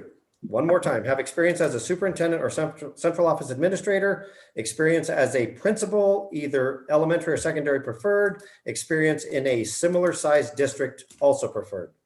Got it. Anybody? Perfect. Anybody? That's good. Mrs. Wolf? I think, okay. So that was number 1. You had 3, you said. Just go ahead and keep going and then I'll come back if I need something. So, okay. I'm still working on this number 3, so we're good. Just go. No problem. But if we get to the point, Mrs. Wolf, where we're starting to see these documents as what they are, and we're starting to agree a little bit, we may move faster than you might want us to. So I don't mind giving you a couple minutes. If you have a question, please feel free to ask, and whichever board member made that recommendation, we can most definitely ask them, because I want to make sure that we are perfectly clear on this document that we will or won't adopt, but I want to make sure that everybody's on the same page. So you're in position description, I'm sorry, number 3. Okay, hold on. The superintendent or central office administrator, experience as a principal, either elementary or secondary preferred, experience in a similar sized district also preferred. And that goes under the position description, as well as the second document where you do qualifications. You're going to change that on both, correct? Right, because it's the same verbiage, correct? Right. Yeah, that's I correct. just want to make sure you're changing documents at the same time. Yeah, Advertising the position. they need to be consistent. Okay, so as long as you might want to add that in your motion about making sure they're consistent, and then we'll be okay. The add piece that you're doing is going to go NMSBA, Coalition of School Administrators, New Mexico REAP, placement offices at the universities, major New Mexico newspapers, AASA and NSBA websites, and Education Weekly, correct? And we're taking off the last bullet that says national newspapers. So that's the one that's gone, correct?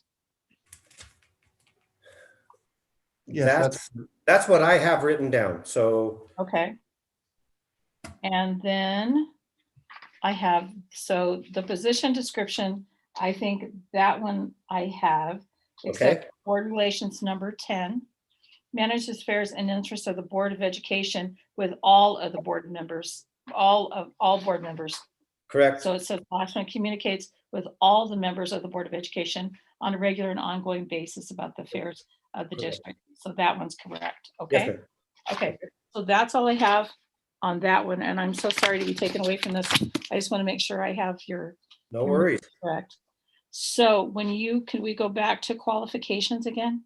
Okay, hold on one second. Is that under the job description one? No, sir, we're away from the position description. So then come where it says determining preferred required qualifications. Document is that in? I'm sorry. It's like a 3-page document. Okay, but you know the title of it? It doesn't have, mine doesn't have a title. It says determining preferred required qualifications. It's selecting a superintendent. Okay, let me go there. Sorry, I'm Gotcha. looking at documents, okay. Okay, All right, so you've already determined you're gonna fix under experience, you're gonna fix that one so it matches. Your other one is fine, you wanted a piece on there. After that, under certification, ability to pass a background check. yes, but that is for the short list. Is that correct, board members? I believe It's that's for the under short. certification. So that's where I have it on that. Oh, so if you said ability to pass, I guess that would be fine. I guess that would be fine, correct? That's, yeah, because you'd Yeah. have to, I think that would be fine. or successful something of a background check. Right, mean, no, I think the ability to pass a background check should be Yeah, sufficient. We can In work my on or the district, maybe the district background check. Yeah. Maybe that word, is that word okay?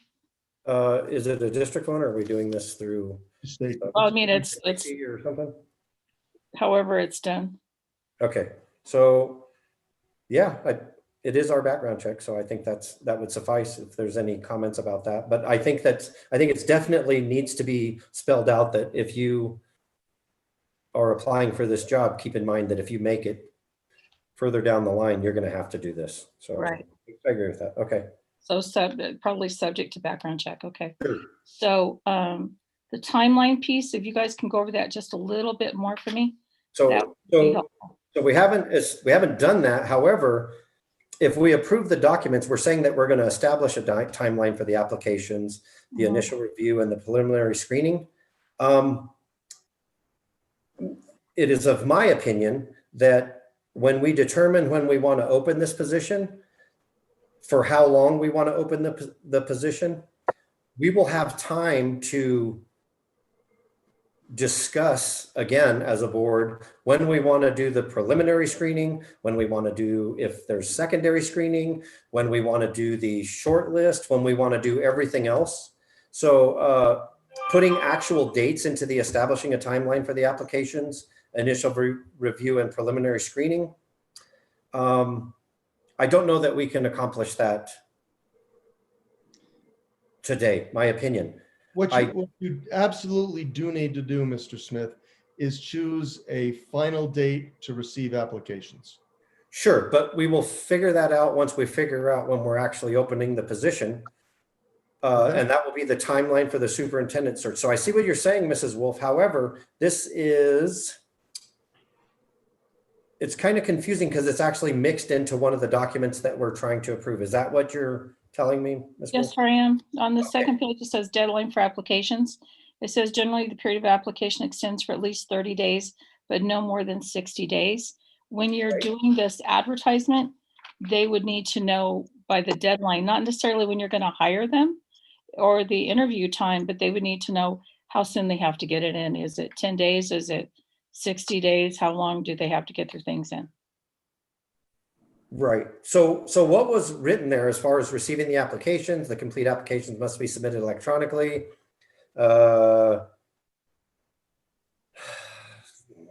Let's see, deadline period of application extends for at least 30 days, but not more than 60 days. I mean, these are things that have to be discussed and identified as something that we're willing to accept or discuss or change or anything else as well. Or let me see where this begins. Mr. Smith, Mr. Hedon.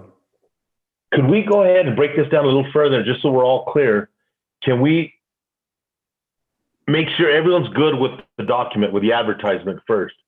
And then we can go on to this one. We are, however, establishing the timeline is a part of the document, which makes it. But this is the different part of the document, right? It's a different part of the document, but it is part of the document that we need to approve. So I guess in my opinion, the safe thing to do would be to take this, establish a timeline for the application out, because that's the second part of our title on item number 5. So if we were to remove the establishing a timeline for applications, initial review, and preliminary screenings from this document, then that would allow us to move forward with the procedures portion of it. And this would be part 2 of item number 5. Does that make sense, Ms. Wolf? Yes, sir. So I would consider removing the establishing a timeline for applications, initial review, and preliminary screenings as part of the first part of item number 5, and include that in the second part of item number 5 when we discuss the timeline for a superintendent search. Does that make sense? Mr. President, Mr. Stephen Otero. in my mind, I think that's going to create a big disconnect. So we have the issue and the problem with, if we go to that national magazine, as Mr. Gibson says, and they don't publish it for another 2 weeks, we can't say that we're going to receive applicants from New Mexico, and then later on, we're going to receive applicants. We have to have a deadline, like Mr. Gibson said.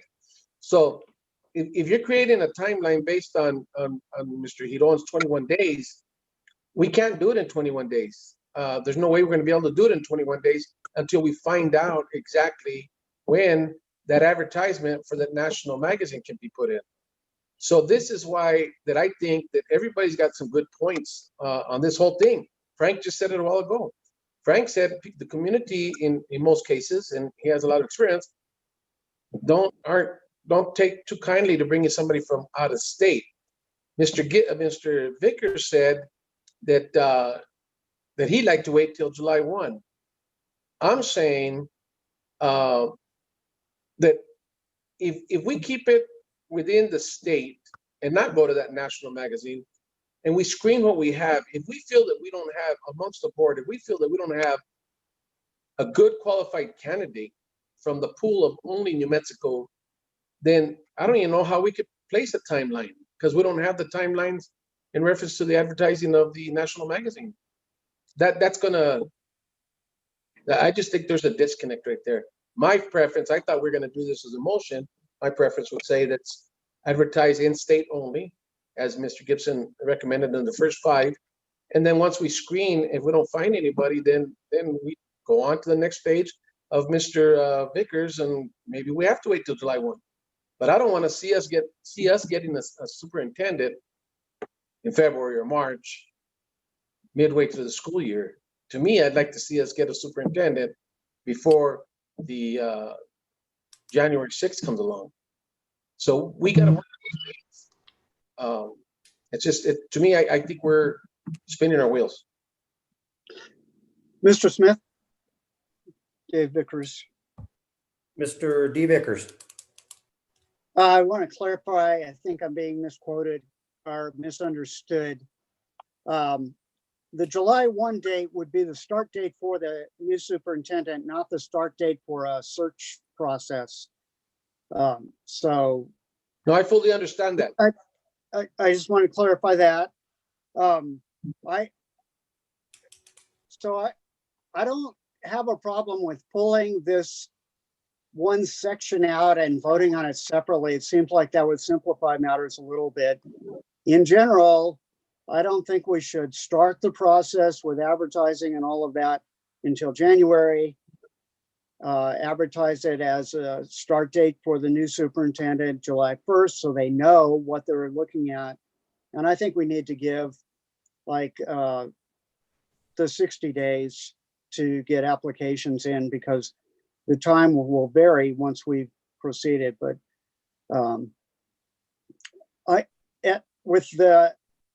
with all the turmoil we're in now, I don't see changing leadership January 6th as a good idea at all.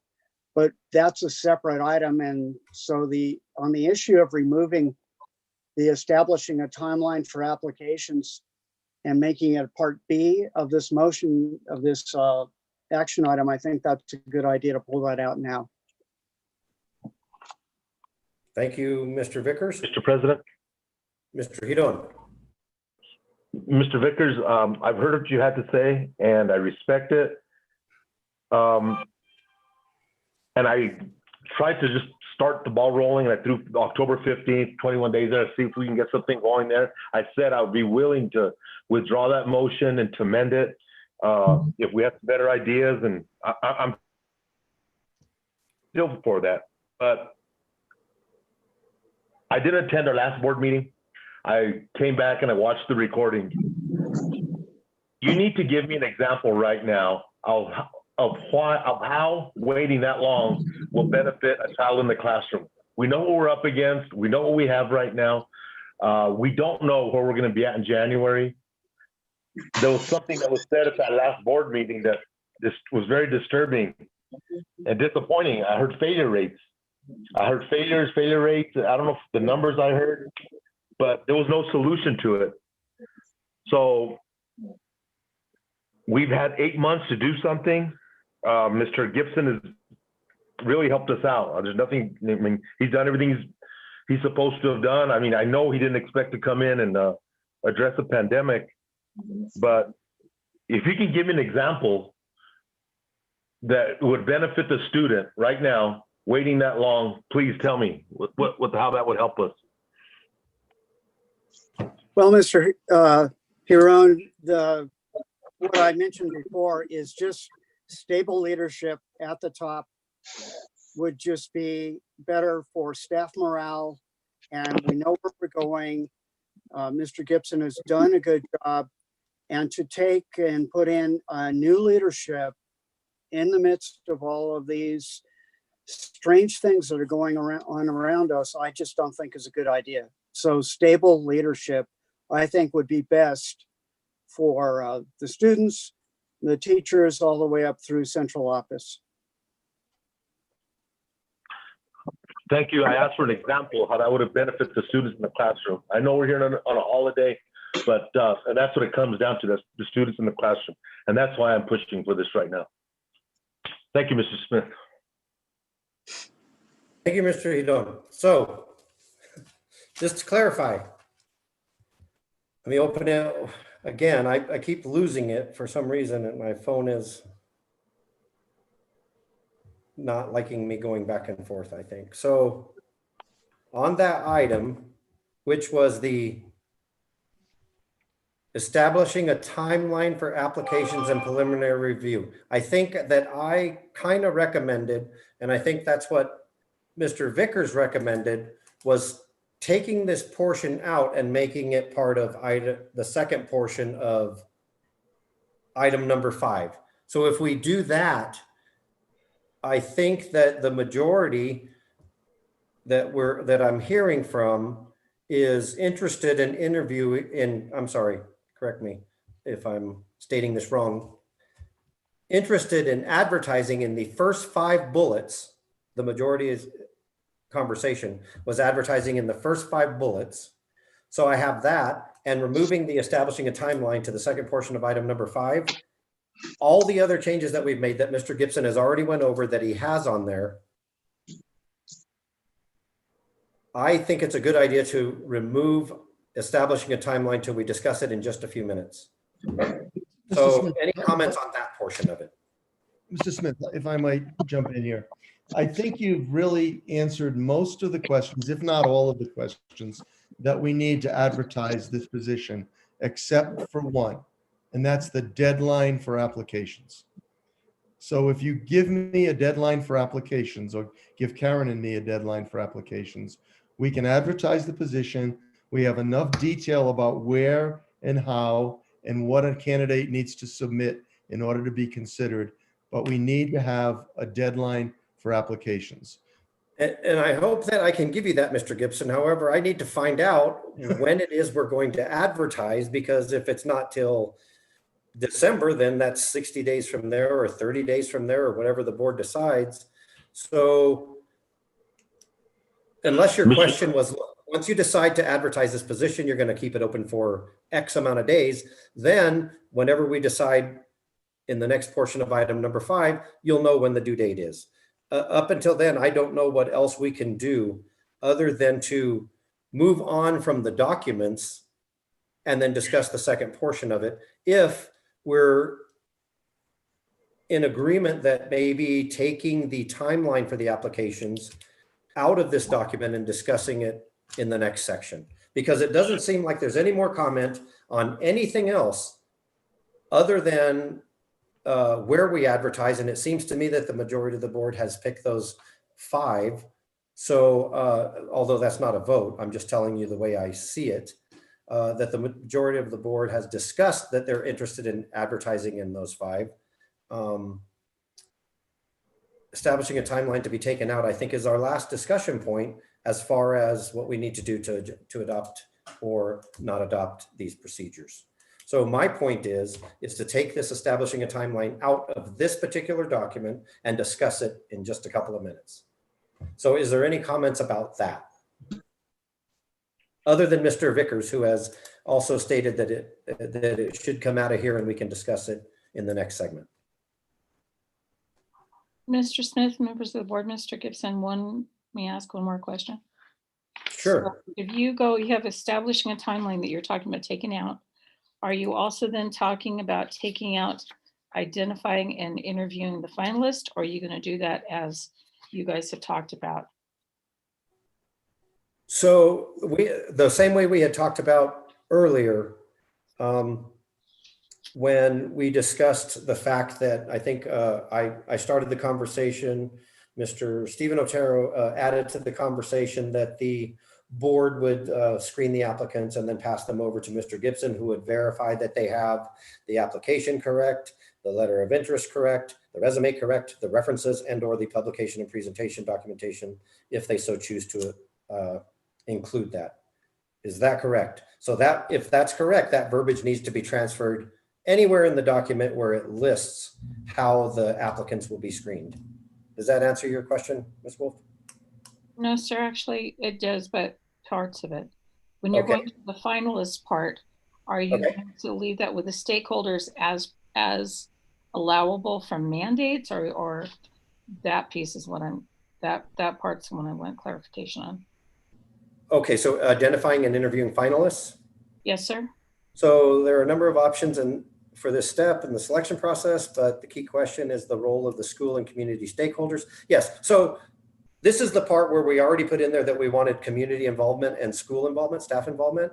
Yes. And unfortunately for this document, I guess what your point is that we probably need to take this part out because we don't know that we could have a meet and greet, although it says. Correct. Yeah, so I see what you're saying. So identifying and interviewing finalists as far as community involvement, I think that if we could put something in there that says, look, our goal as a board is to include our community and our staff to the best of our ability, depending on what situation we're in. If we could say something like that, I think that would be better. I know I phrased that horribly and I apologize, but if there was something that could be said in there, I think that to capture what the board initially wanted, though, was to make sure that we do include that. So what that looks like, I guess, is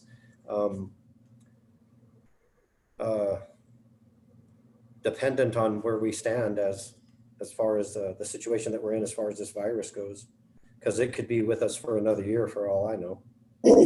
So Mr. Smith. It says there are a number of options for this step in the selection process, but the key question is the role of school and community stakeholders. In the past, we've done this.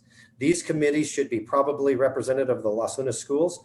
I agree with everything that's written here if we have the ability to do that. So maybe the only thing we need to do at the end of this is add the verbiage depending on the situation that we're in at that time, pending CDC and state health organization recommendations. I guess just adding something at the end may solve our problem. Is that what you're getting at, Ms. Wolf? Yes, sir. So because I think doing everything that's written in there is exactly what we should do if we can. But if we can't, we're going to have to come up with something different. So, I mean, I like what was written in there, but maybe that's all we need to do is put a verbiage at the end. This is all depending on CDC regulations, but the Board of Education is going to do their best to include the staff and the community. I think that's, board members, please comment, but I think a verbiage like that at the very end of that just satisfies that whole section. Mr. Smith, Mr. Vickers? I think she was getting at, do you want to include that in the takeout and make it a part B? Or do you want to leave it in part A and just take out the heading that says establishing a timeline for applications. So, just my opinion, I think it could go in A. I think the timeline is the only thing that is a little bit different. Even if we put it in B, we don't know what we don't know what interviewing the finalists and involving the community is going to look like and the staff. So I think if we left it in A and just put a statement in there that says, this is what we're going to do if we can, I think it could stay in A. I think the only thing that needs to be moved over to B is the actual timeline. I agree. Comments? Mr. President, what would you recommend as a time frame? So I'm not there yet. I know we have two problems. One of them is going to ask for a PO, and the other one is, well, Mr. Gibson said he could have it done by the end of the week. So I guess the PO is the only one holding us up, not knowing when we can go forward from there. Right. So what would you recommend as an advertisement period? So that item, I hope that we're going to move to section B of item number 5, and I will be more than happy to give you my full opinion on that in section B. But I want to move this to section B and talk about the timeline then. So, and follow me here. I think we're all good with all of these documents with the exception of moving this to item B and identifying and interviewing the finalists as far as involving the community and the staff, and just putting verbiage at the end of this to say, if this is possible, this is what we want to do. If not, we will do what we can to include the community and the staff. So if we can just get through the identifying and interviewing finalists, move this to section B, I think that we're going to be done with all the documents, unless Ms. Wolf had one more question in dealing with them, because I believe that's question number 3 for you, right, Ms. Wolf? Well, I'm always going to give you more questions, but You said 3 questions. all right, so I'll just leave it and then questions. Okay, what's the next one then? All right, for the final piece on your advertisement for superintendent, you still have to give us a deadline. Do you want it 60 days from there? Do you want it until filled? What do you want? So okay, that in my opinion, is going to be on the second portion of item number 5. So whatever we decide on the second portion of item number 5, if it's referenced in this first portion of item number 5, that's what goes in there. So if we decide we want to keep it open for 3 days, wherever it says how long we're going to keep it open in section 1, put it in there. I'm good with that. I think until filled too. I mean, I'm not opposed to until filled, but I know we need a deadline for them to apply. But I know until filled is broad, but I was just making up days. I was correct. Not correct. So this would be my suggestion, board members. Let's move the establishing a timeline to the second portion of this discussion. Let's add verbiage at the bottom of the final identifying and interviewing finalists to say that we want to do exactly what it says right here, if pending CDC and health organization requirements.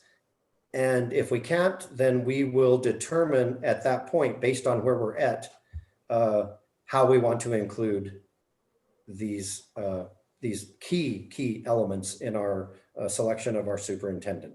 That would be my input so we can move forward and move on to the part B. So is there any discussion about those 2 things?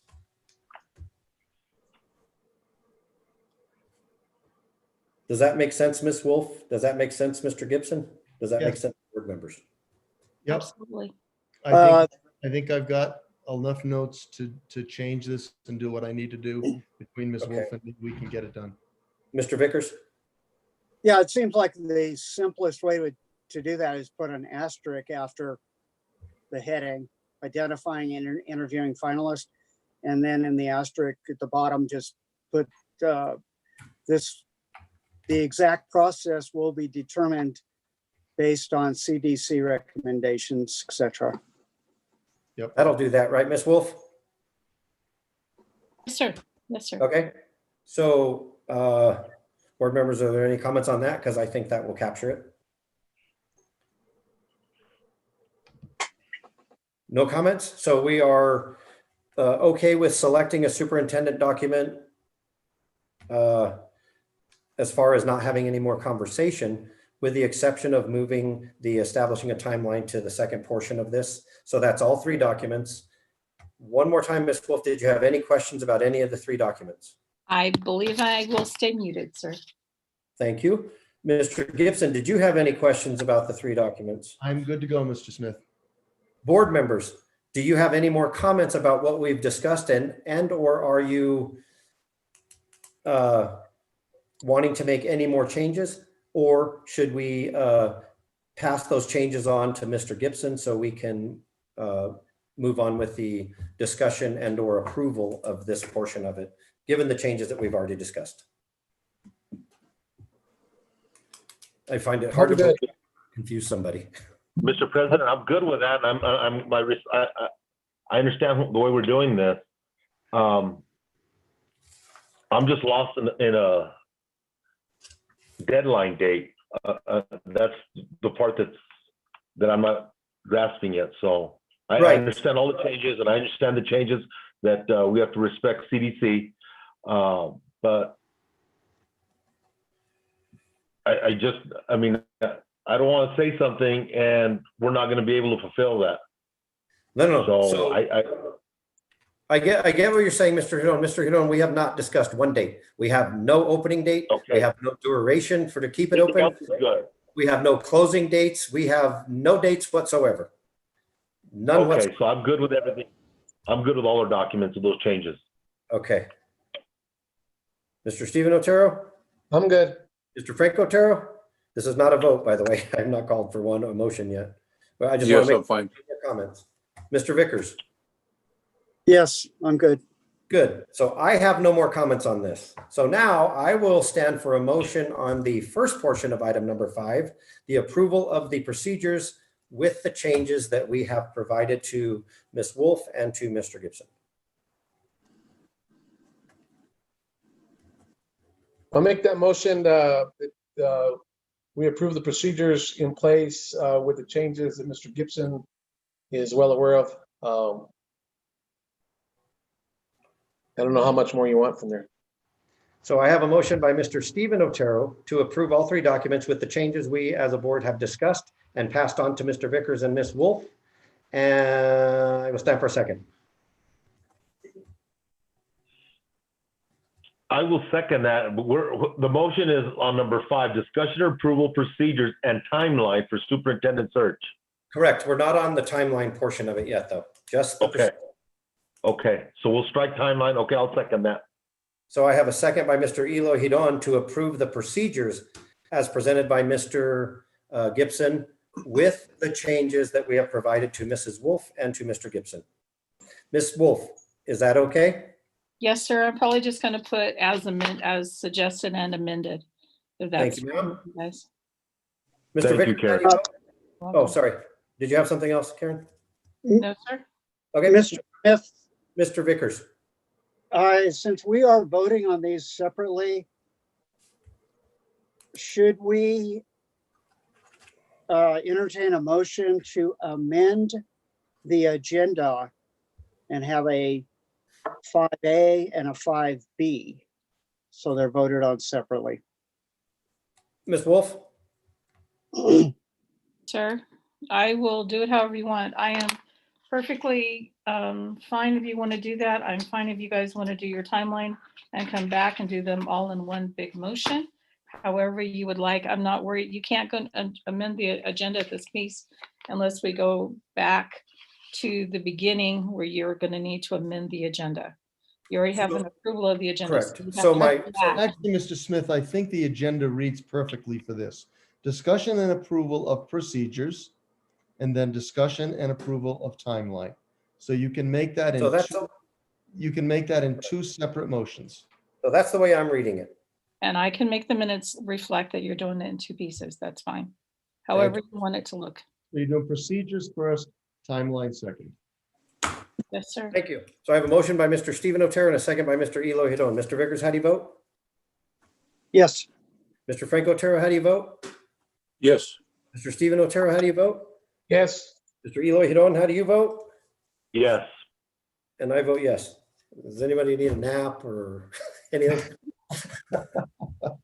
All righty.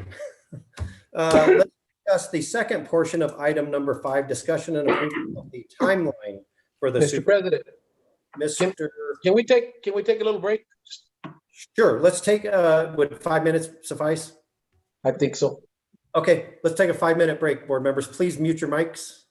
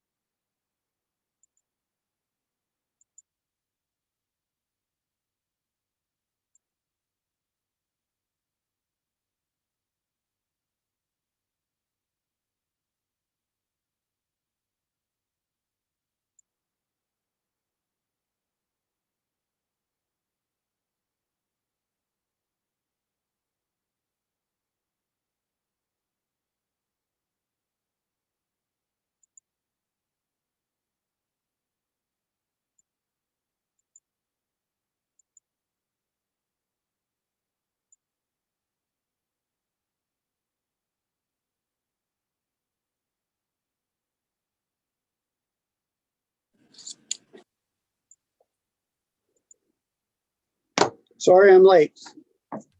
Oh, I don't know that we're ready. Are we ready, Mr. Gibson?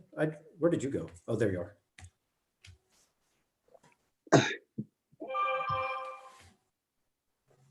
I'm ready, Mr. Smith. Thank you. I think we have everybody that we need. Want to make sure that the captioner is also prepared. Are we good to go, Ms. Wolf? Yes, sir, we are. Thank you, ma'am. You're So welcome.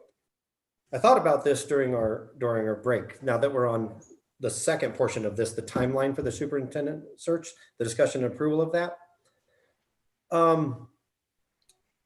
When we brought the establishing a timeline over here for the to the second portion, I was reading it and it spells out exactly what we're talking about. Once you agree on a start date for your search, the publishing of the advertisement sets the process in motion. So as far as I can recall, we approved advertising in the first 5 bullets. So how fast do you think we could get a position posting in those 5 bullets? And I believe you said by the end of the week, Mr. Well, Gibson? in some of them, yes, but I would say to get it in REAP and in the School Boards Association, newspapers, I would say within the next 10 days. Okay. So that was one of the things we discussed. I just want to make sure I capture everything that we brought over so we have the exact same discussion. Elements of the application, the standard Las Vegas application. So we discussed that portion of it right there. Those are all the things that we wanted. We made some changes. Those were all incorporated. Receiving the applications, and I'm assuming that all the board members read all this stuff. Complete applications must be submitted electronically. We determined that the Board of Education was going to review the documents first, create a short list, send it to Mr. Gibson to run it through HR to make sure we're doing everything correctly.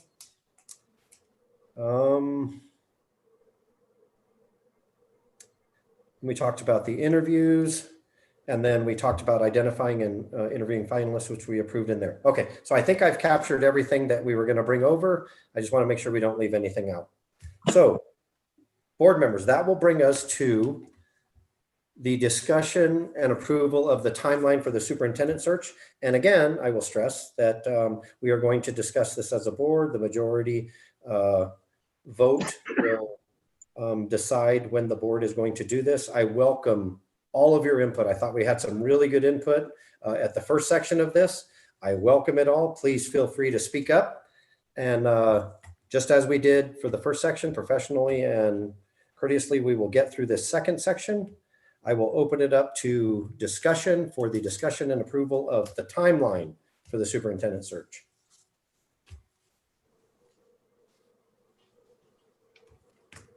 Mr.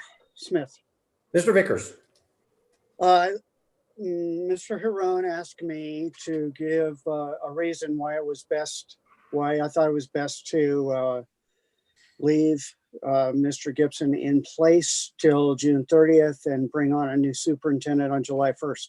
So apparently he disagrees with me. So I would like to hear his reasoning why he thinks there is such a need for speed and it needs to be done, bringing somebody in January, for instance, next semester.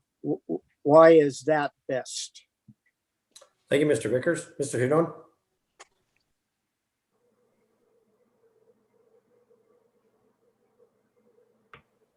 Mr. President, this time I have no problem engaging with Mr. Vickers on discussion, and I asked him for examples. But right now, let's make sure. I have no problem going back and addressing that, and we can get in a debate with that. We can get in. He can give me examples of why he wanted to wait till July. But right now, let's go ahead and we have this time frame set up with a deadline of the date, and we can set up another time to discuss that. I have no problem doing that, Mr. Vickers. But right now, let's just discuss this, and let's go ahead and get some deadlines and some dates available. But I have no problem going back with you, Mr. Vickers, on that. Okay, so if I may, board members, I would kind of like to go in an order that makes sense to me. And if it doesn't make sense to you, please feel free to stop me and say, Mr. Smith, this is not the direction that I think we should go in. In my opinion, I think that we should start discussing how long we want to keep the position open for prior to discussing when we want to open it. And the reason I say this is the most important thing I think about this portion is how long we want to keep it open for. Do we want to keep it open until filled? Do we want to keep it open for 21 days as was suggested, 30 days, 60 days?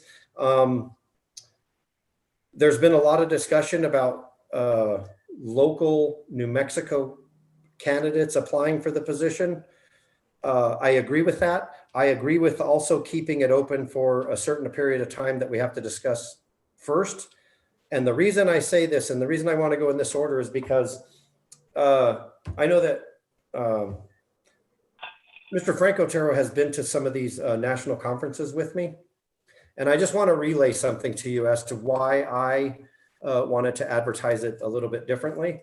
I went to a national conference one year and I met a guy from New York, a Hispanic guy that was running a school district in New York that got it when it was a failing district. And within 2 years, I mean, he did some wonderful things out there. And he had always told me, you know, I've always wanted to go work in the Southwest. And my thought process in saying that maybe we should advertise it a little bit differently, which we've already decided on, don't get me wrong, is that somebody like that would be amazing for our district. But that doesn't mean that he can't get it through the national school board place that we're going to list it on or anything else like that. So I want to keep an open mind as far as when it comes to the applicants coming in and we're starting to review the applicants and how long we want to keep it open for. I want to make sure that everybody that wants to apply for this job at least has the opportunity to apply for it. And I don't want them to find out about the job a week after that we decided that we were going to have our closing date. However, I also agree that if there's people looking for a job, they're looking in all of these specific sites that we've included in our Part A as to where we're going to advertise these positions. So I don't know that the time frame has to be that long either. I am open to suggestions as far as how long we want to keep the position open. I think that's crucial that we decide that part first. If you disagree with me, we can start talking about when we want to open the position. But these are the things that we're going to have to decide during Part B. When we want to open it, how long we want to keep it open for. Mr. As Smith, far as the time frame for interviewing and screening people, it is very important that we come up with those dates.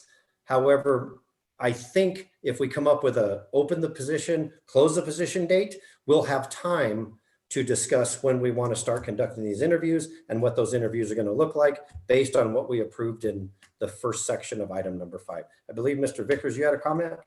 No, it was actually me who was going to jump in. Oh, I'm sorry, Mr. Gibson. Yeah, so I'm going to make a recommendation for a deadline date, and then you can discuss it from there. So my recommendation would be Tuesday, December 2nd as a deadline. Tuesday, December 1st. That would be roughly 45 days, a little more than that. So we split the difference. That would be after Thanksgiving, which would mean that we would have an opportunity for people to submit their application. The board could begin reviewing them in that week of December 1st. And we could have interviews scheduled for probably the week of the 14th.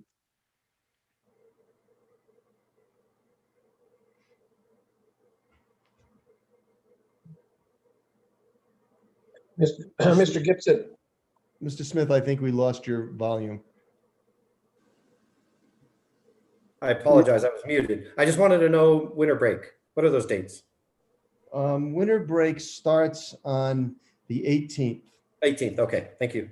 Mr. Stephen Otero, I believe. no, I think that's so far sounds really good. The only thing is that, I don't know, as is in your contract, Mr. Gibson's 30-day notice, I'm sure that's kind of like norm across the board. So if you say that you do the interviews and everything and it happens on the 14th of December, let's say we find somebody that's really, really good and they want to make the move in the middle of in January, before school starts again. That's probably not the 30 days. So that's the tightest you can come with, it looks like. Is that right, Mr. Gibson? Well, I think no matter what, the 30 days that are in my contract as your acting superintendent are probably the same as in your successful candidate needing to notify his or her district that they're leaving. So Right. that 30 days pretty much corresponds. So, you would be looking at someone starting late January to February 1st, if you found a candidate. So if we have you're suggesting the closing of the position on December 1st? The closing of applications on December 1st. Okay, so theoretically, we could have the initial screening take a few days here and come up hopefully with a short list as a board. December 1st is what day? It's a Tuesday. It's a Tuesday. Okay.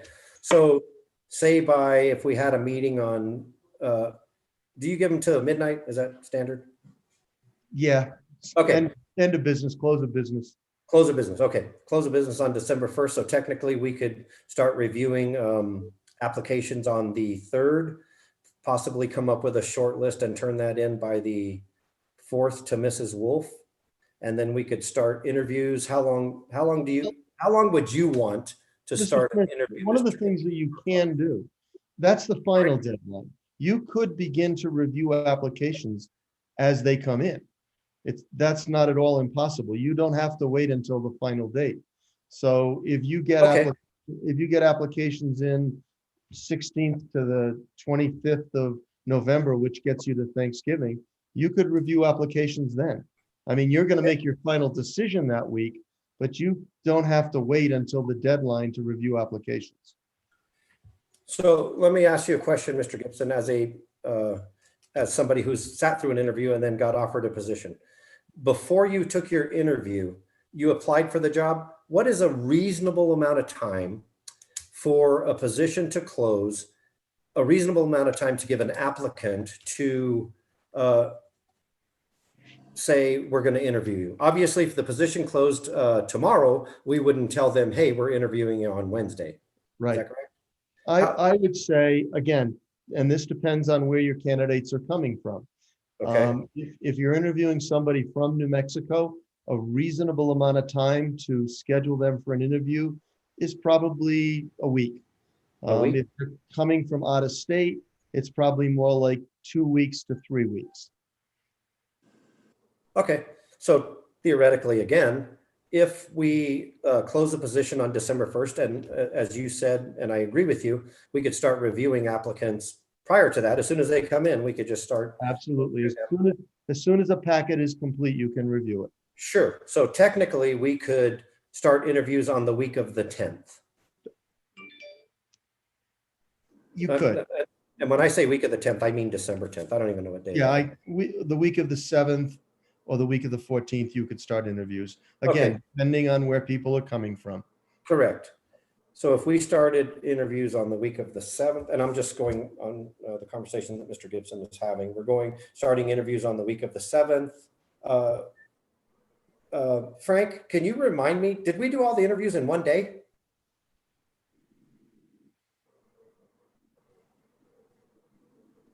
I believe so. Yeah, I think that we did. How many did we have? 3 or 4? Something like that? Something like that. Yeah, I think that we did them all in one day. I'm not suggesting that's what we do, but I was just reflecting on what it was we have done in the past. So theoretically, we could start interviews on the 10th. We could probably be done that week. I'm sorry, on the 7th, could be done that week. That week ends on the 11th. We could probably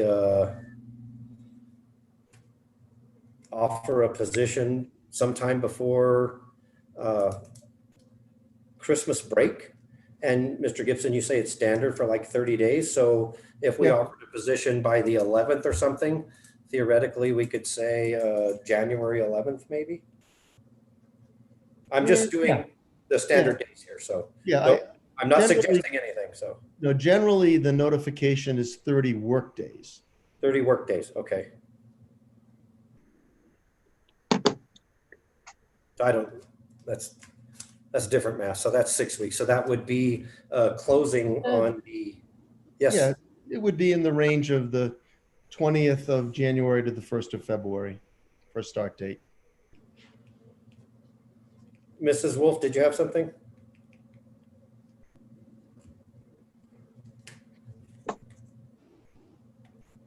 No? Okay, I just wanted to take some notes on based on what you said as far as December 1st goes for a starting conversation point, which I think is something that we were actually looking for. So thank you, Mr. Gibson. So board members, questions, comments, conversations? Gibson? You stated that once the applicants come in, we can start reviewing them. How would we do that? How would you recommend us doing that? I would Formally? recommend you doing it in our office individually, that between now and when you start reviewing, you establish some criteria, some elements that you're looking for as a board, based on what kind of strengths you think a new superintendent should bring to the job. And then you would rate or rank each of the candidates. Actually, rate is probably a better word, based on those criteria. So you would do it individually. At the end of that time period, you would come together as a board and look at how you've rated the candidates and rank them. And depending again on how many you want to interview, you would, if you rank them in 1 to 10, you may want to interview the first 3, you may want to interview the first 4, you may want to interview the first 5. I did look at the documents from your last 2 superintendent search, and you're in the right range, 4 to 6 candidates. Okay, so my next question would be, those applicants, and I want to, because I heard something in the first portion of it, who will be receiving those applications or those resumes? You said you wanted them to come to Karen.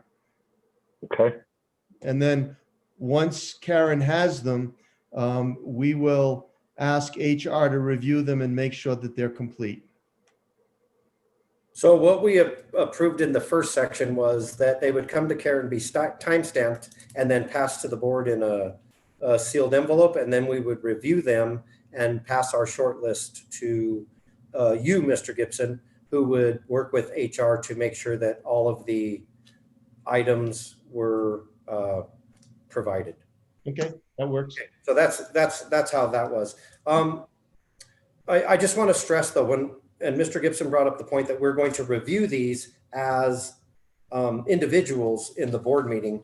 It's very important that we understand the fact that when we review these as individuals, these are individual reviews and they are to be kept to you and not discussed with other board members. We are not allowed to discuss what we feel about any individual candidate until we are in an executive session and we are ready to make a decision on the superintendent. So I just wanted to stress that while it was made fresh in my mind. So that's one thing I wanted to say. So I agree with you, Mr. Gibson, that they can be reviewed every time we get an application in. Yeah. But I want to also stress that if you get one of the applications in, that rating the first application is going to be a difficult task because you don't know what the second one's going to look like or the third I one. would recommend you get a few in before. Sure. Yeah. Otherwise, the first applicant is at a distinct disadvantage. Correct. So I would recommend that as well, that we get a few applications in, and that's based on when we want to decide to stop receiving the applications. I mean, I would like to see them all, just go through them all and start ranking them in that way. But board members, more comments? More I like questions? I like the suggestion that Mr. Gibson made right there. So if he can summarize it for us, we can kind of see where we're gonna go with that part. Looks like that was very I good. can definitely summarize it. So deadline for receipt of applications is Tuesday, December 1st.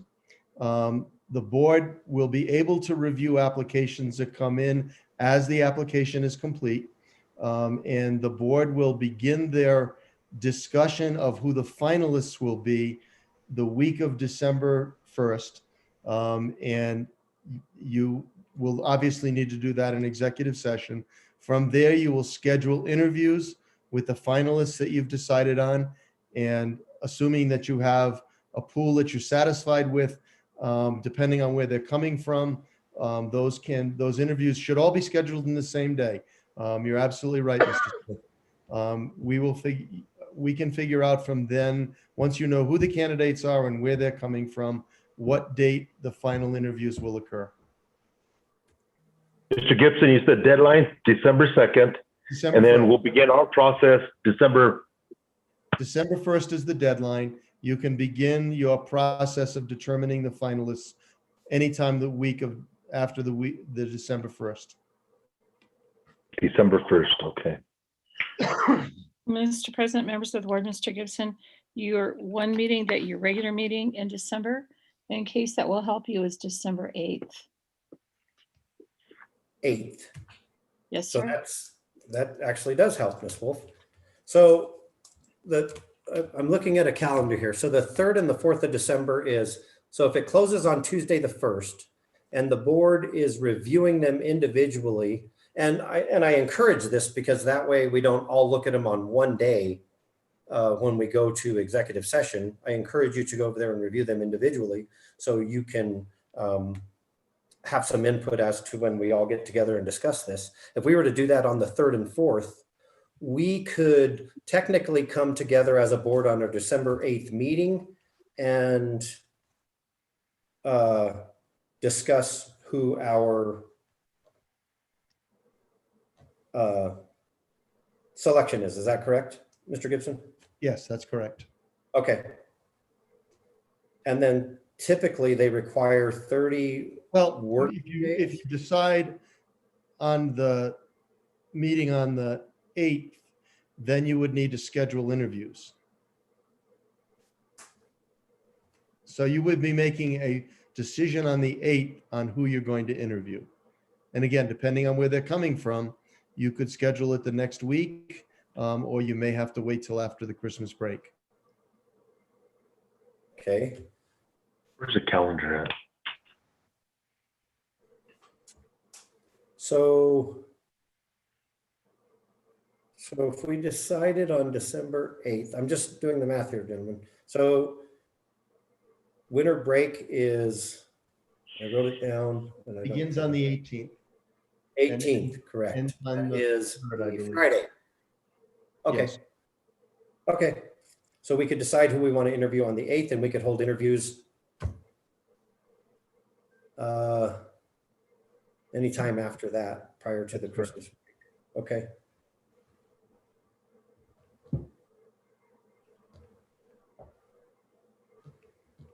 Mr. President, members of the board, Mr. Gibson, and if you also, just so you know, the staff comes back January 4th.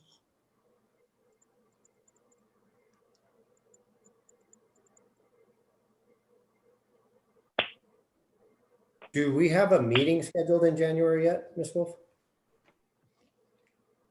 Yes, sir, we do. Your first of all, your January 5th, as soon as we come back, is a special board meeting. That's when the board reorganizes. The next one Okay. is not until the 19th. You have finance on the 12th, but we have time where you guys could do a special meeting. If you did interviews and a special meeting, you could certainly do that in between those two times if you chose to. Okay. So technically we have between the day we close the position on December 1st to select who we want to interview, start the interviews, and anytime after the 8th, I guess we could have a special meeting up until the 18th, or we could wait till January 4th and have a special meeting between then, which is our board meeting, I'm sorry, the 5th, all the way to the 19th. Got that right? Yes, sir. And typically you do the interviews and then you go into closed session and you do that, that vote the same day. Correct, correct. So on the day of the interviews, we will go into closed executive session. So we're going to have to determine when we're going to do those interviews, I guess. So those are the things that we need to decide. One, based on Mr. Gibson's recommendation of December 1st closing the position, how many days counting backwards would that position be open? October. 40 some days. I could ask Alexa, I guess. That isn't usually. She usually knows. So that's 1, 2, 3, 4 working weeks, which is 20 days. And then the 27th is 25, 30, No. 35 days, almost 40 days, correct? That's right. If you're looking at work week, that's correct. If I just counted the work week, yeah, not Saturdays. Work weeks, if you count weekends, it obviously increases it some, but Correct, but it's 35 working days. Looks like 7 weeks. yep. Okay, so that's 35 days. And typically they're open for 30 to 60 days. Okay. All right, I have a bunch of numbers written down. Board members, discussion.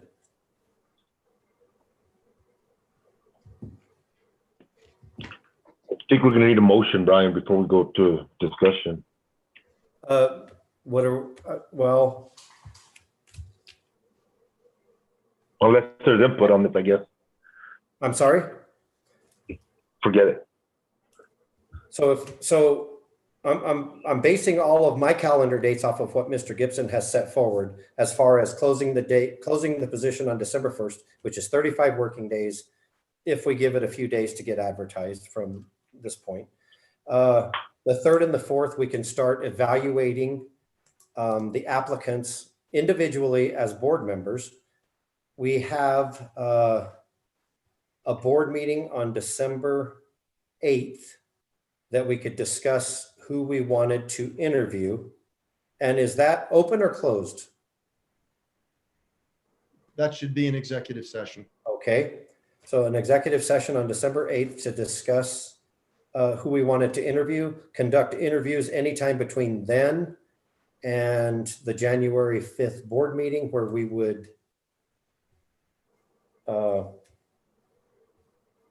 make a selection, and then we have a board meeting on the 19th. We have on the 5th, we're reorganizing, correct? That's correct. Okay, so I have that as reorganization. Mr. Smith, Mr. Vickers. so at what point in here do we get the candidate in front of a committee of the community, the staff, in one way or another, through Zoom or some other way? Where do we fit that to this timeline? So, and that's a valid question, and we discussed that in the first section. And we have anywhere between, from what I'm reading on here, December 8th and the 18th. So there's 10 days there. Or we do it after the 5th up until the 19th. However, that doesn't mean that if we as a board determine that we're probably not going to be well, and when I say well, I meant the CDC is probably going to limit our meetings for a while. And I'm not saying they are. I'm saying as a board, once we close the position on December 1st, if we determine that by January 19th, we're still going to be in the same boat, we may, and just my suggestion, ask the community and the staff to contribute questions. And then we will select questions and provide those questions as a section to each candidate, saying, these are the questions we gathered from our community and our staff. And the reason I want to do it that way, instead of something that's more of a call in or via Zoom with the community, and I want them involved, do not get me wrong. However, I think it's very, very, very important that each candidate get the exact same question with no elaborations on any of the questions. So it's better if we got all the questions down pat. Now, if we have an opportunity to bring staff members in because the situation warrants that, then yes, we can bring them in and they can ask the exact same questions too. But as far as what I can see, Mr. Vickers, to answer your question, anytime after the 4th, we can solicit questions from staff and community if we determine that it's just not going to happen up until January 19th. So that's quite a bit of time that we could solicit those questions and then make sure that we get them in the interview process. Unless we're going to start the interviews on the 8th, then we would have between the 1st and the 8th to solicit the input from the community and the staff. Mr. Smith, that was discussed under the first motion, under approval of procedures. I just don't want to go back to that and we start confusing people. No. It was discussed under there. Mr. Vickers is asking, in the time frame we're discussing, when are we going to do that? So I was pointing out the times that we could discuss that. Yes, this is definitely part of this. So once we start screening, and I think we're going to know where we're going to be for a few weeks on December 1st. Once we close the position, I think it's going to be evident what the CDC and the state health organization are going to be placing on us as far as restrictions. I think it's going to be quite evident as to how we want to do that. So on December 1st, we can make a decision, or on December 7th, look, let's get the public and let's get the staff involved, and this is how we want to do that. The beauty of this is we can determine how we want to involve the staff. And as we said in item number A, based on, with our asterisk, based on what the conditions are, we can determine that on December 1st. I think, in my opinion, we can do that. But as I stressed earlier in section 1, it is imperative that we include our staff and our community in this process, imperative. So we are definitely going to have to find that. But I don't think that we could decide a date right now because we have no idea what that's going to look like when that is, 60 days away. So 45 days away, I'm sorry. So, Mr. I don't know if Smith, that answers your question. to clarify, it sounds to me like the initial plan is to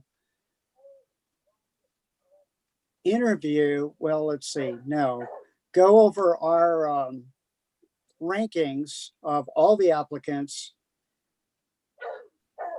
and determine a top 5 or something like that. What, on December 8th? Correct. So that was the suggestion that we've been discussing. However, the position closes on December 1st. So I think as board members, we can go in there and view them individually at any time. So when we do have that meeting on December 8th, we are, confident as to where we see strengths and weaknesses in each one of the individual applications and applicants. And when we get to that December 8th meeting, we can discuss who it is we want to interview and why we want to interview them. I think that we should utilize that time between the 1st and the 8th to actually individually go over them. Otherwise, on December 8th, if we just view them for the first time, that is going to take a great deal of time.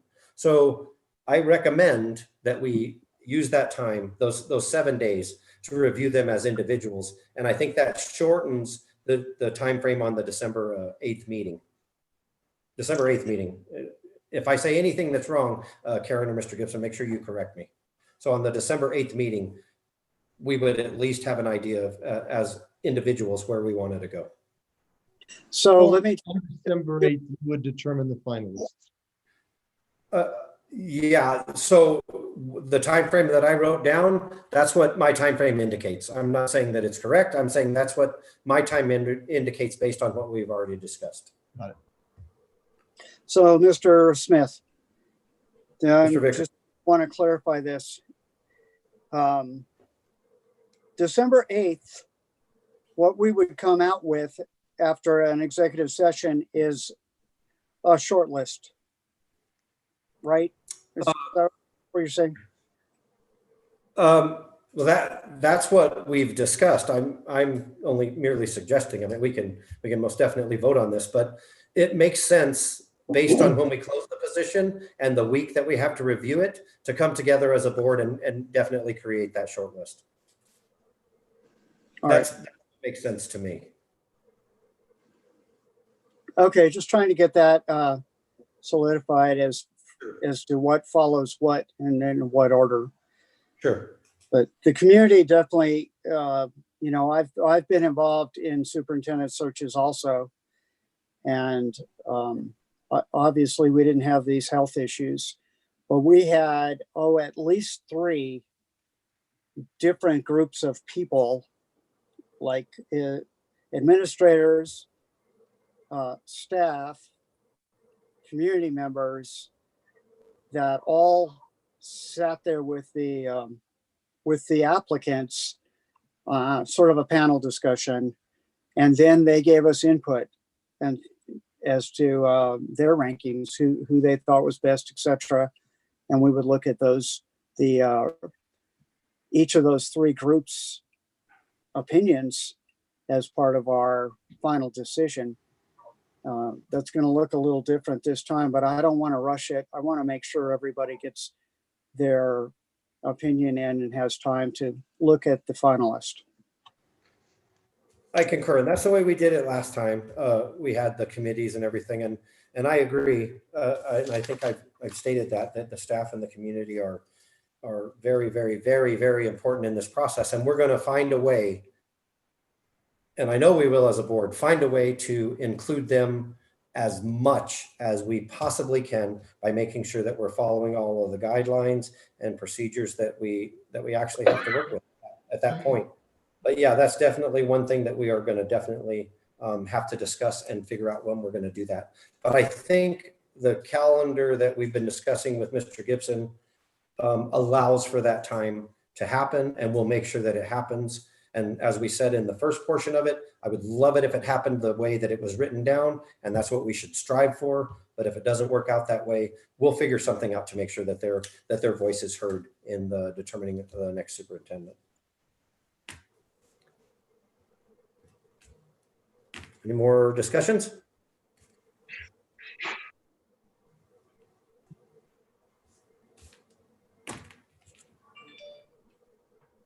No more discussions? So I'm going to need somebody to do the math here, because I would like to make the motion that we open up the position and advertise in the 5 bullets that we discussed in item number 1, part 1 of item number 5, excuse me. And we keep the position open until December 1st. Now I'm going to rely on Mr. Gibson and Mrs. Wolf to tell me when that actual opening date is, as far as referencing the closing date of December 1st. So however long it's going to take you to get those advertisements in the media outlets that the board has voted on, whatever you think that's going to take. If you think it's going to take 3 days or 4 days, however long that's going to take, and coincide with the closing date of December 1st. I would like to make a motion that we open the position on that date when you tell me they can be advertised, and close the position on December 1st. Come up with a short list by individual board member reviews from December 1st to December 8th. And at the December 8th board meeting, come up with a short list to provide to Mr. Gibson so he can work with the HR staff should there be anything that needs to be verified, checked, double checked, or is inconsistent with what it is we are looking for and what we have approved in section A of item number 5. And on the January 5th board meeting, after we reorganize the board, determine the next superintendent. Does that time frame work, Mr. Gibson? Yes, I think it does. Mr. Smith, this is Karen, sorry. So are you thinking that you would do the interviews on January 5th as well? On the first day that we No. come back from break? So, Yes, I'm looking at my calendar. Trust me, this is a lot of writing. I would like to withdraw that motion because I messed it up. We would start the interviews after December 8th. We would schedule the interviews during the week of, after the 8th, before the 18th. So I guess during the week of the 14th, we would interview our shortlist.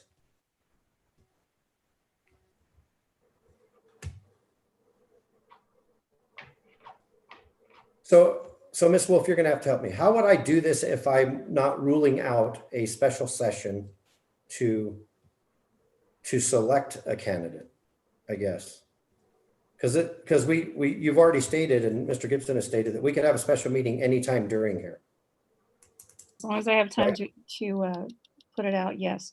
So if you're looking at December 1st as your final date, Correct? December 8th would be, I'm assuming, a closed executive session to review it. At that point, you would give that list of individuals for Mr. Gibson and the person in HR to verify that those people are actually able to be a finalist. Correct. And then could we then theoretically, and I think I said this, we could have a special session on the 10th of December to select the superintendent. And then if that would give us till, You've left out the interview process. So you'd select the finalists on the 8th, correct? and then you need to pick a date to interview the finalists. Which would be the 10th. I'm sorry, I skipped a step. Start Yep. interviewing on the 10th. My bad. It's a lot of numbers. It is. Maybe have a special meeting on the 14th to select the candidate. And then for some reason I have January 19th. I know we have a board meeting through there. So maybe select a final candidate on December 14th, which is 4 days before winter break. And then theoretically, you say we give them 30 working days to do whatever it is they have to do with their contract. And gives you a chance to negotiate a contract with a successful candidate. Correct. And based on what we approved in section A, that was outlined as how we're going to do that contract. So right. Let me try this one more time, board members. I would like to make a motion that we open up the position as soon as we are capable of providing notice in the 5 publications that we have approved, with a closing date of December 1st for the applications, for the board to singly review prior to the 8th, where we will provide a short list to HR to determine if everyone meets the minimum qualifications that are on our short list and have any administrative issues that we need to discuss. If our short list has been verified, on the 14th, we will have a special meeting to select the superintendent for the Los Lunas School District, which we will provide 30 working days to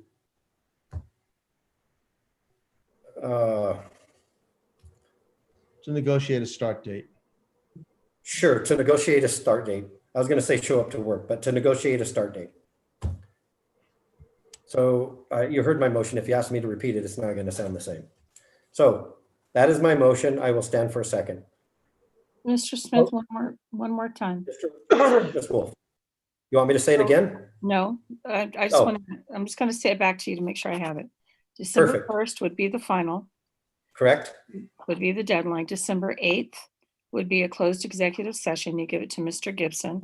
And at Correct. that point, you do know that you would have to name, once you do the finalists that you're going to actually interview, you do know that has to be done in a public meeting. You would have Correct. to name the finalists. Correct. So on December 8th, we'll have a closed executive session to select the finalists. We can come out of closed executive session, announce the finalists, correct? Yes, pending verification that they've done Correct. everything they needed to do. And then you're Exactly. looking at 2 days later doing interviews and doing a special meeting? Correct. 2 days later, starting the interviews, and the 14th would be the special meeting. So Which is instead of the interviews, so the same day of the interviews, you would not be naming the person? you would not be having that announcement of who it was?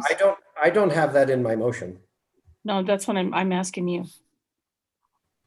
No, I don't have it in my motion. That. He didn't include that. In order to do that, we would have to have a special meeting on the 10th, right after the interviews. Right. I'm just looking to see when your interviews are, so my timeline. Okay, so I have in my motion, I have the interviews for the 10th.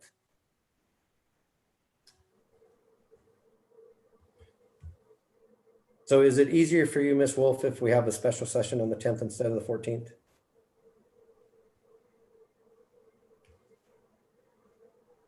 So not that it's up to you.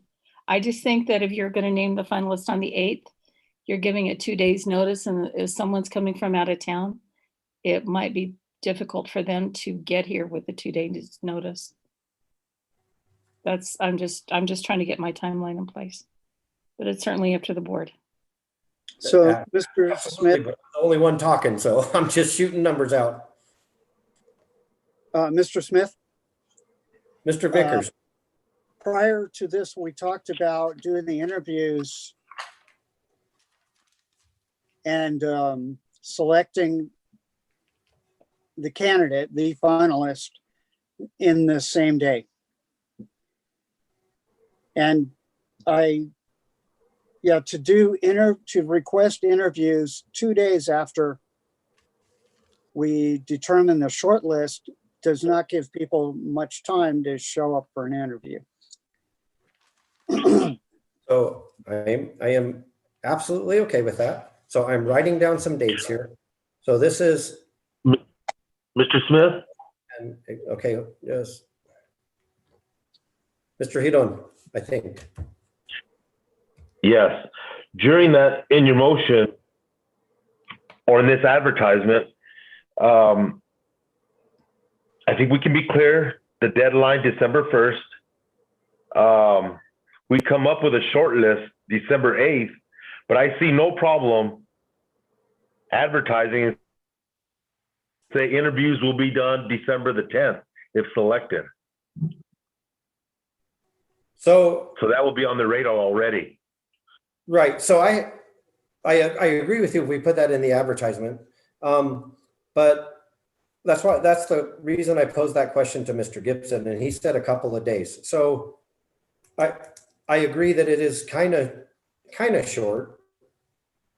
So what I'm thinking now, what I'm writing down on the radar, so that we'll know about it.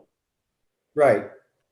So we can all discuss this. What I have written down now is December 1st to close the position, December 8th to come up with a short list, December 14th to select the finalists. So in between we only need 1 day to do the interviews. So I would say that if we interviewed the finalists on the 14th, we could have an executive session on the 14th and make a decision on December 14th. So that gives them 6 calendar days, or 4 working days to come over here for their interview. So on the 14th, we can interview the finalists, and on the evening of the 14th, we can have an executive session and name the superintendent. So, Mr. Smith. Mr. Franco Terra. So in other words, you're saying that that you're not going to, that you've already, I mean, you're already predicting you're going to find the person you want in the short list? No. No, this is just a time frame for this process. You know, what if we got a bunch of applicants and they're not to the board's liking? I mean, are we? Exactly. Then at the December 8th board meeting, nothing goes forward. This is just the time frame if we find somebody that we want. And I think that we've all discussed the fact that and I've definitely mentioned it, if I feel that the next superintendent of the Las Lunas School District is not somebody that I've interviewed, I'm not going to vote for them. no matter what. But if we find some finalists that the board has chosen that we want to interview, and we call them in and interview them, say we interview the finalists on December 14th, we go into executive session, we say, we didn't find our superintendent.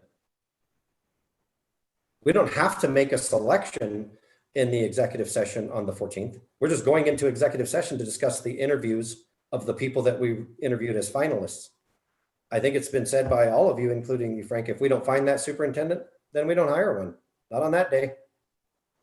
Does that make sense what I'm saying? Yeah, it does.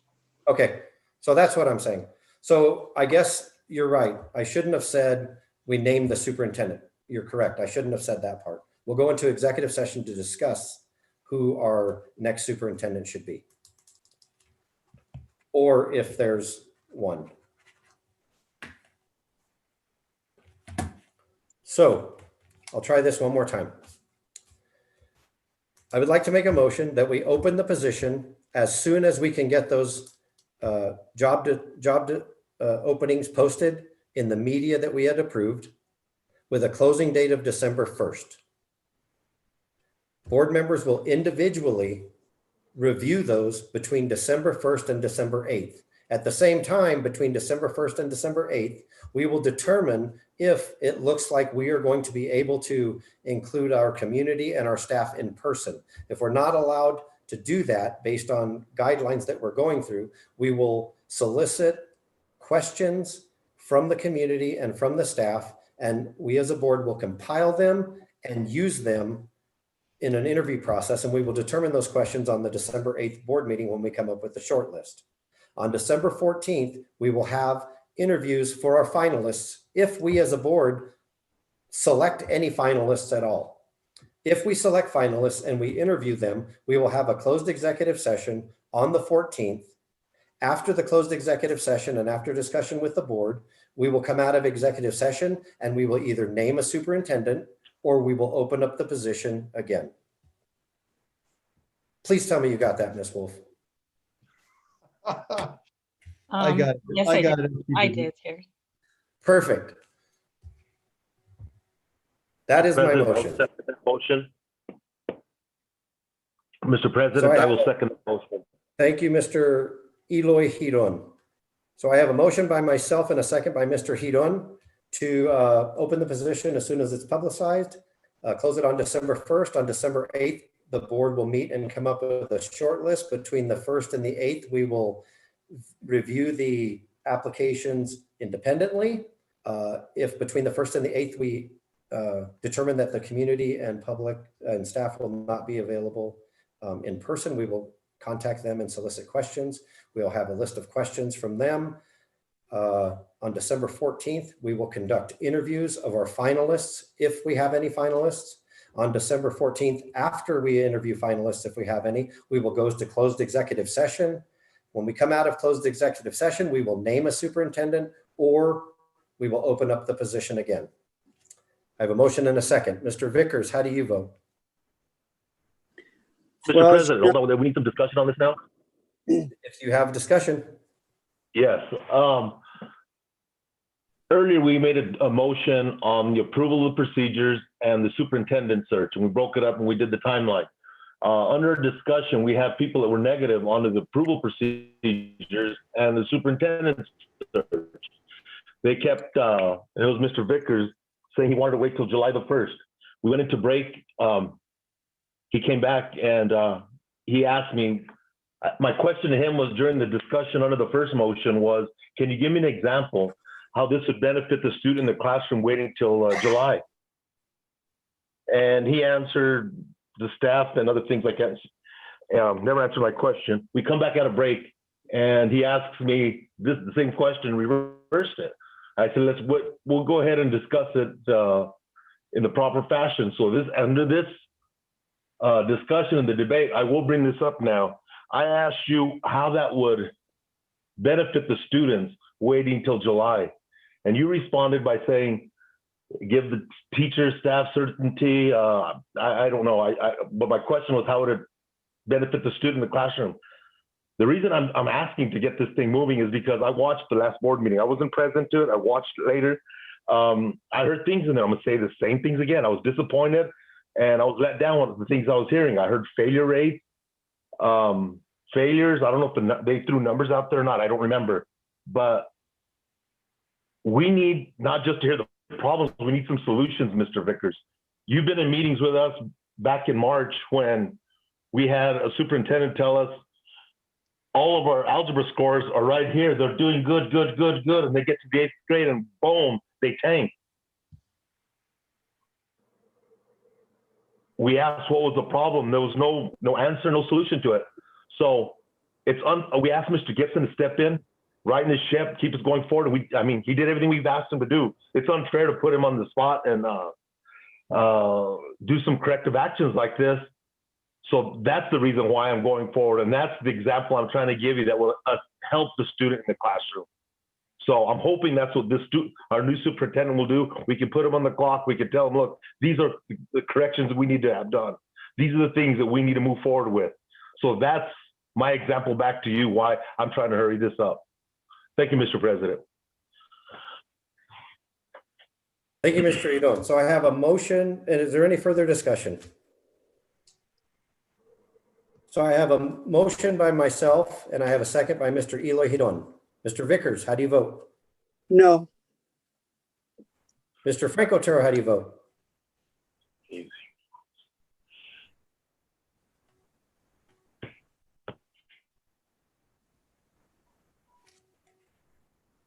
I'm not hearing you, Mr. Otero. I think he's muted. Frank, I think you're muted. Okay, I was going to vote yes, but I've already heard enough of the garbage. I'm voting no. Thank you, Mr. Otero. Mr. Stephen Otero, how do you vote? Yes.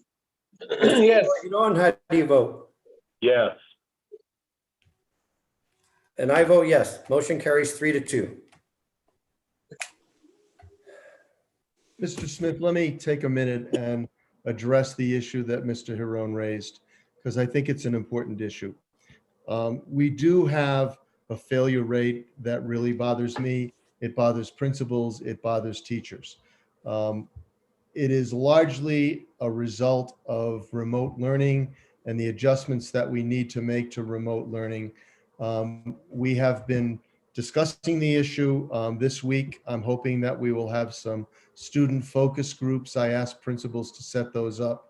It is not an easy solution. If you read the statewide news, if you read the national news, this is not a phenomenon unique to Los Lunas.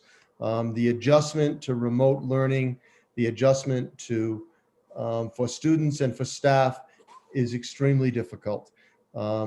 We are addressing it in the best way that we can. I don't know that changing a superintendent will make a difference in that. I think that it's an issue that we have to tackle.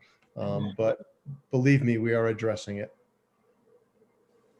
Thank you, Mr. Gibson. And I think when we had that board meeting, I discussed the fact that we are not unique. Los Lunas is not unique. New Mexico is not unique, and neither are the United States. And we would have been naive to think that we weren't going to have some sort of a downward turn. And I know that we're working as hard as we can. Our staff is going to come through. I have no doubt about that. Our students are going to come through, and we're going to get through this. We're going to work through this, and we're going to become much better for it in the long run. There is a light at the end of the tunnel. I mean, even if we can't see it right now, we're going to get better. And as a district, I just want us to move forward, and I want us to keep in mind that this is all going to go away one day. And when it does, we're going to be better for it, because we are working through these problems, and we're working, I think, closer than we probably ever have as a district. So that will bring me to item number 6, announcement of meetings. As allowed by the Open Meeting Act and District Open Meetings Resolution, on occasion, a quorum of board members attend the same function, including those held at school sites at the district level, as well as sports functions, conferences, workshops, and trainings. Board members will refrain from discussing and/or acting on board issues in those settings. In addition, only official meetings are published, and if other meetings are scheduled, they will be announced in accordance with the Open Meetings Act. I would like to announce the following meetings. Ms. Wolf, please correct me if I'm wrong on any of these. On October 13th, There is a board work session, which is tomorrow via Zoom at 5 p.m., an overview of the revised budget. A quorum will be in attendance. On October 14th, via Zoom, a quorum will be in attendance at the NMSBA Region 4 Fall Meeting, 5 to 7 p.m. Board members, I encourage you to log into this Zoom meeting. We get marked present and or absent if we do not attend. On October 20th, in the conference room, there will be a Finance Committee meeting at 4 p.m. On October 21st in the conference room, by attendance only, there will be an Audit Committee meeting at 9 a.m. And October 27th, there's a regular board meeting in the boardroom at 6 p.m. All of these meeting locations are dependent on mandates from the governor. If need be, they will be held via Zoom. That brings me to item number 7, adjournment. We'll stand for a motion to adjourn.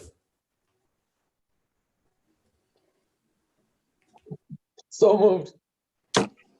I have a motion by Mr. Stephen Otero to adjourn. I'll stand for a second. Second it. I have a second by Mr. Eloy Hidon. Mr. Vickers, how do you vote? Yes. Mr. Frank Otero, how do you vote? Yes. Mr. Stephen Otero, how do you vote? Yes. And I vote yes. Thank you all for attending. Thank you, everybody that came in. I know today is a day that you wouldn't have been here normally, but I appreciate the fact that you showed up. It shows your commitment to all of this, and trust me, your efforts are not unnoticed. Thank you so much. Good night, Good night. everybody. Good night.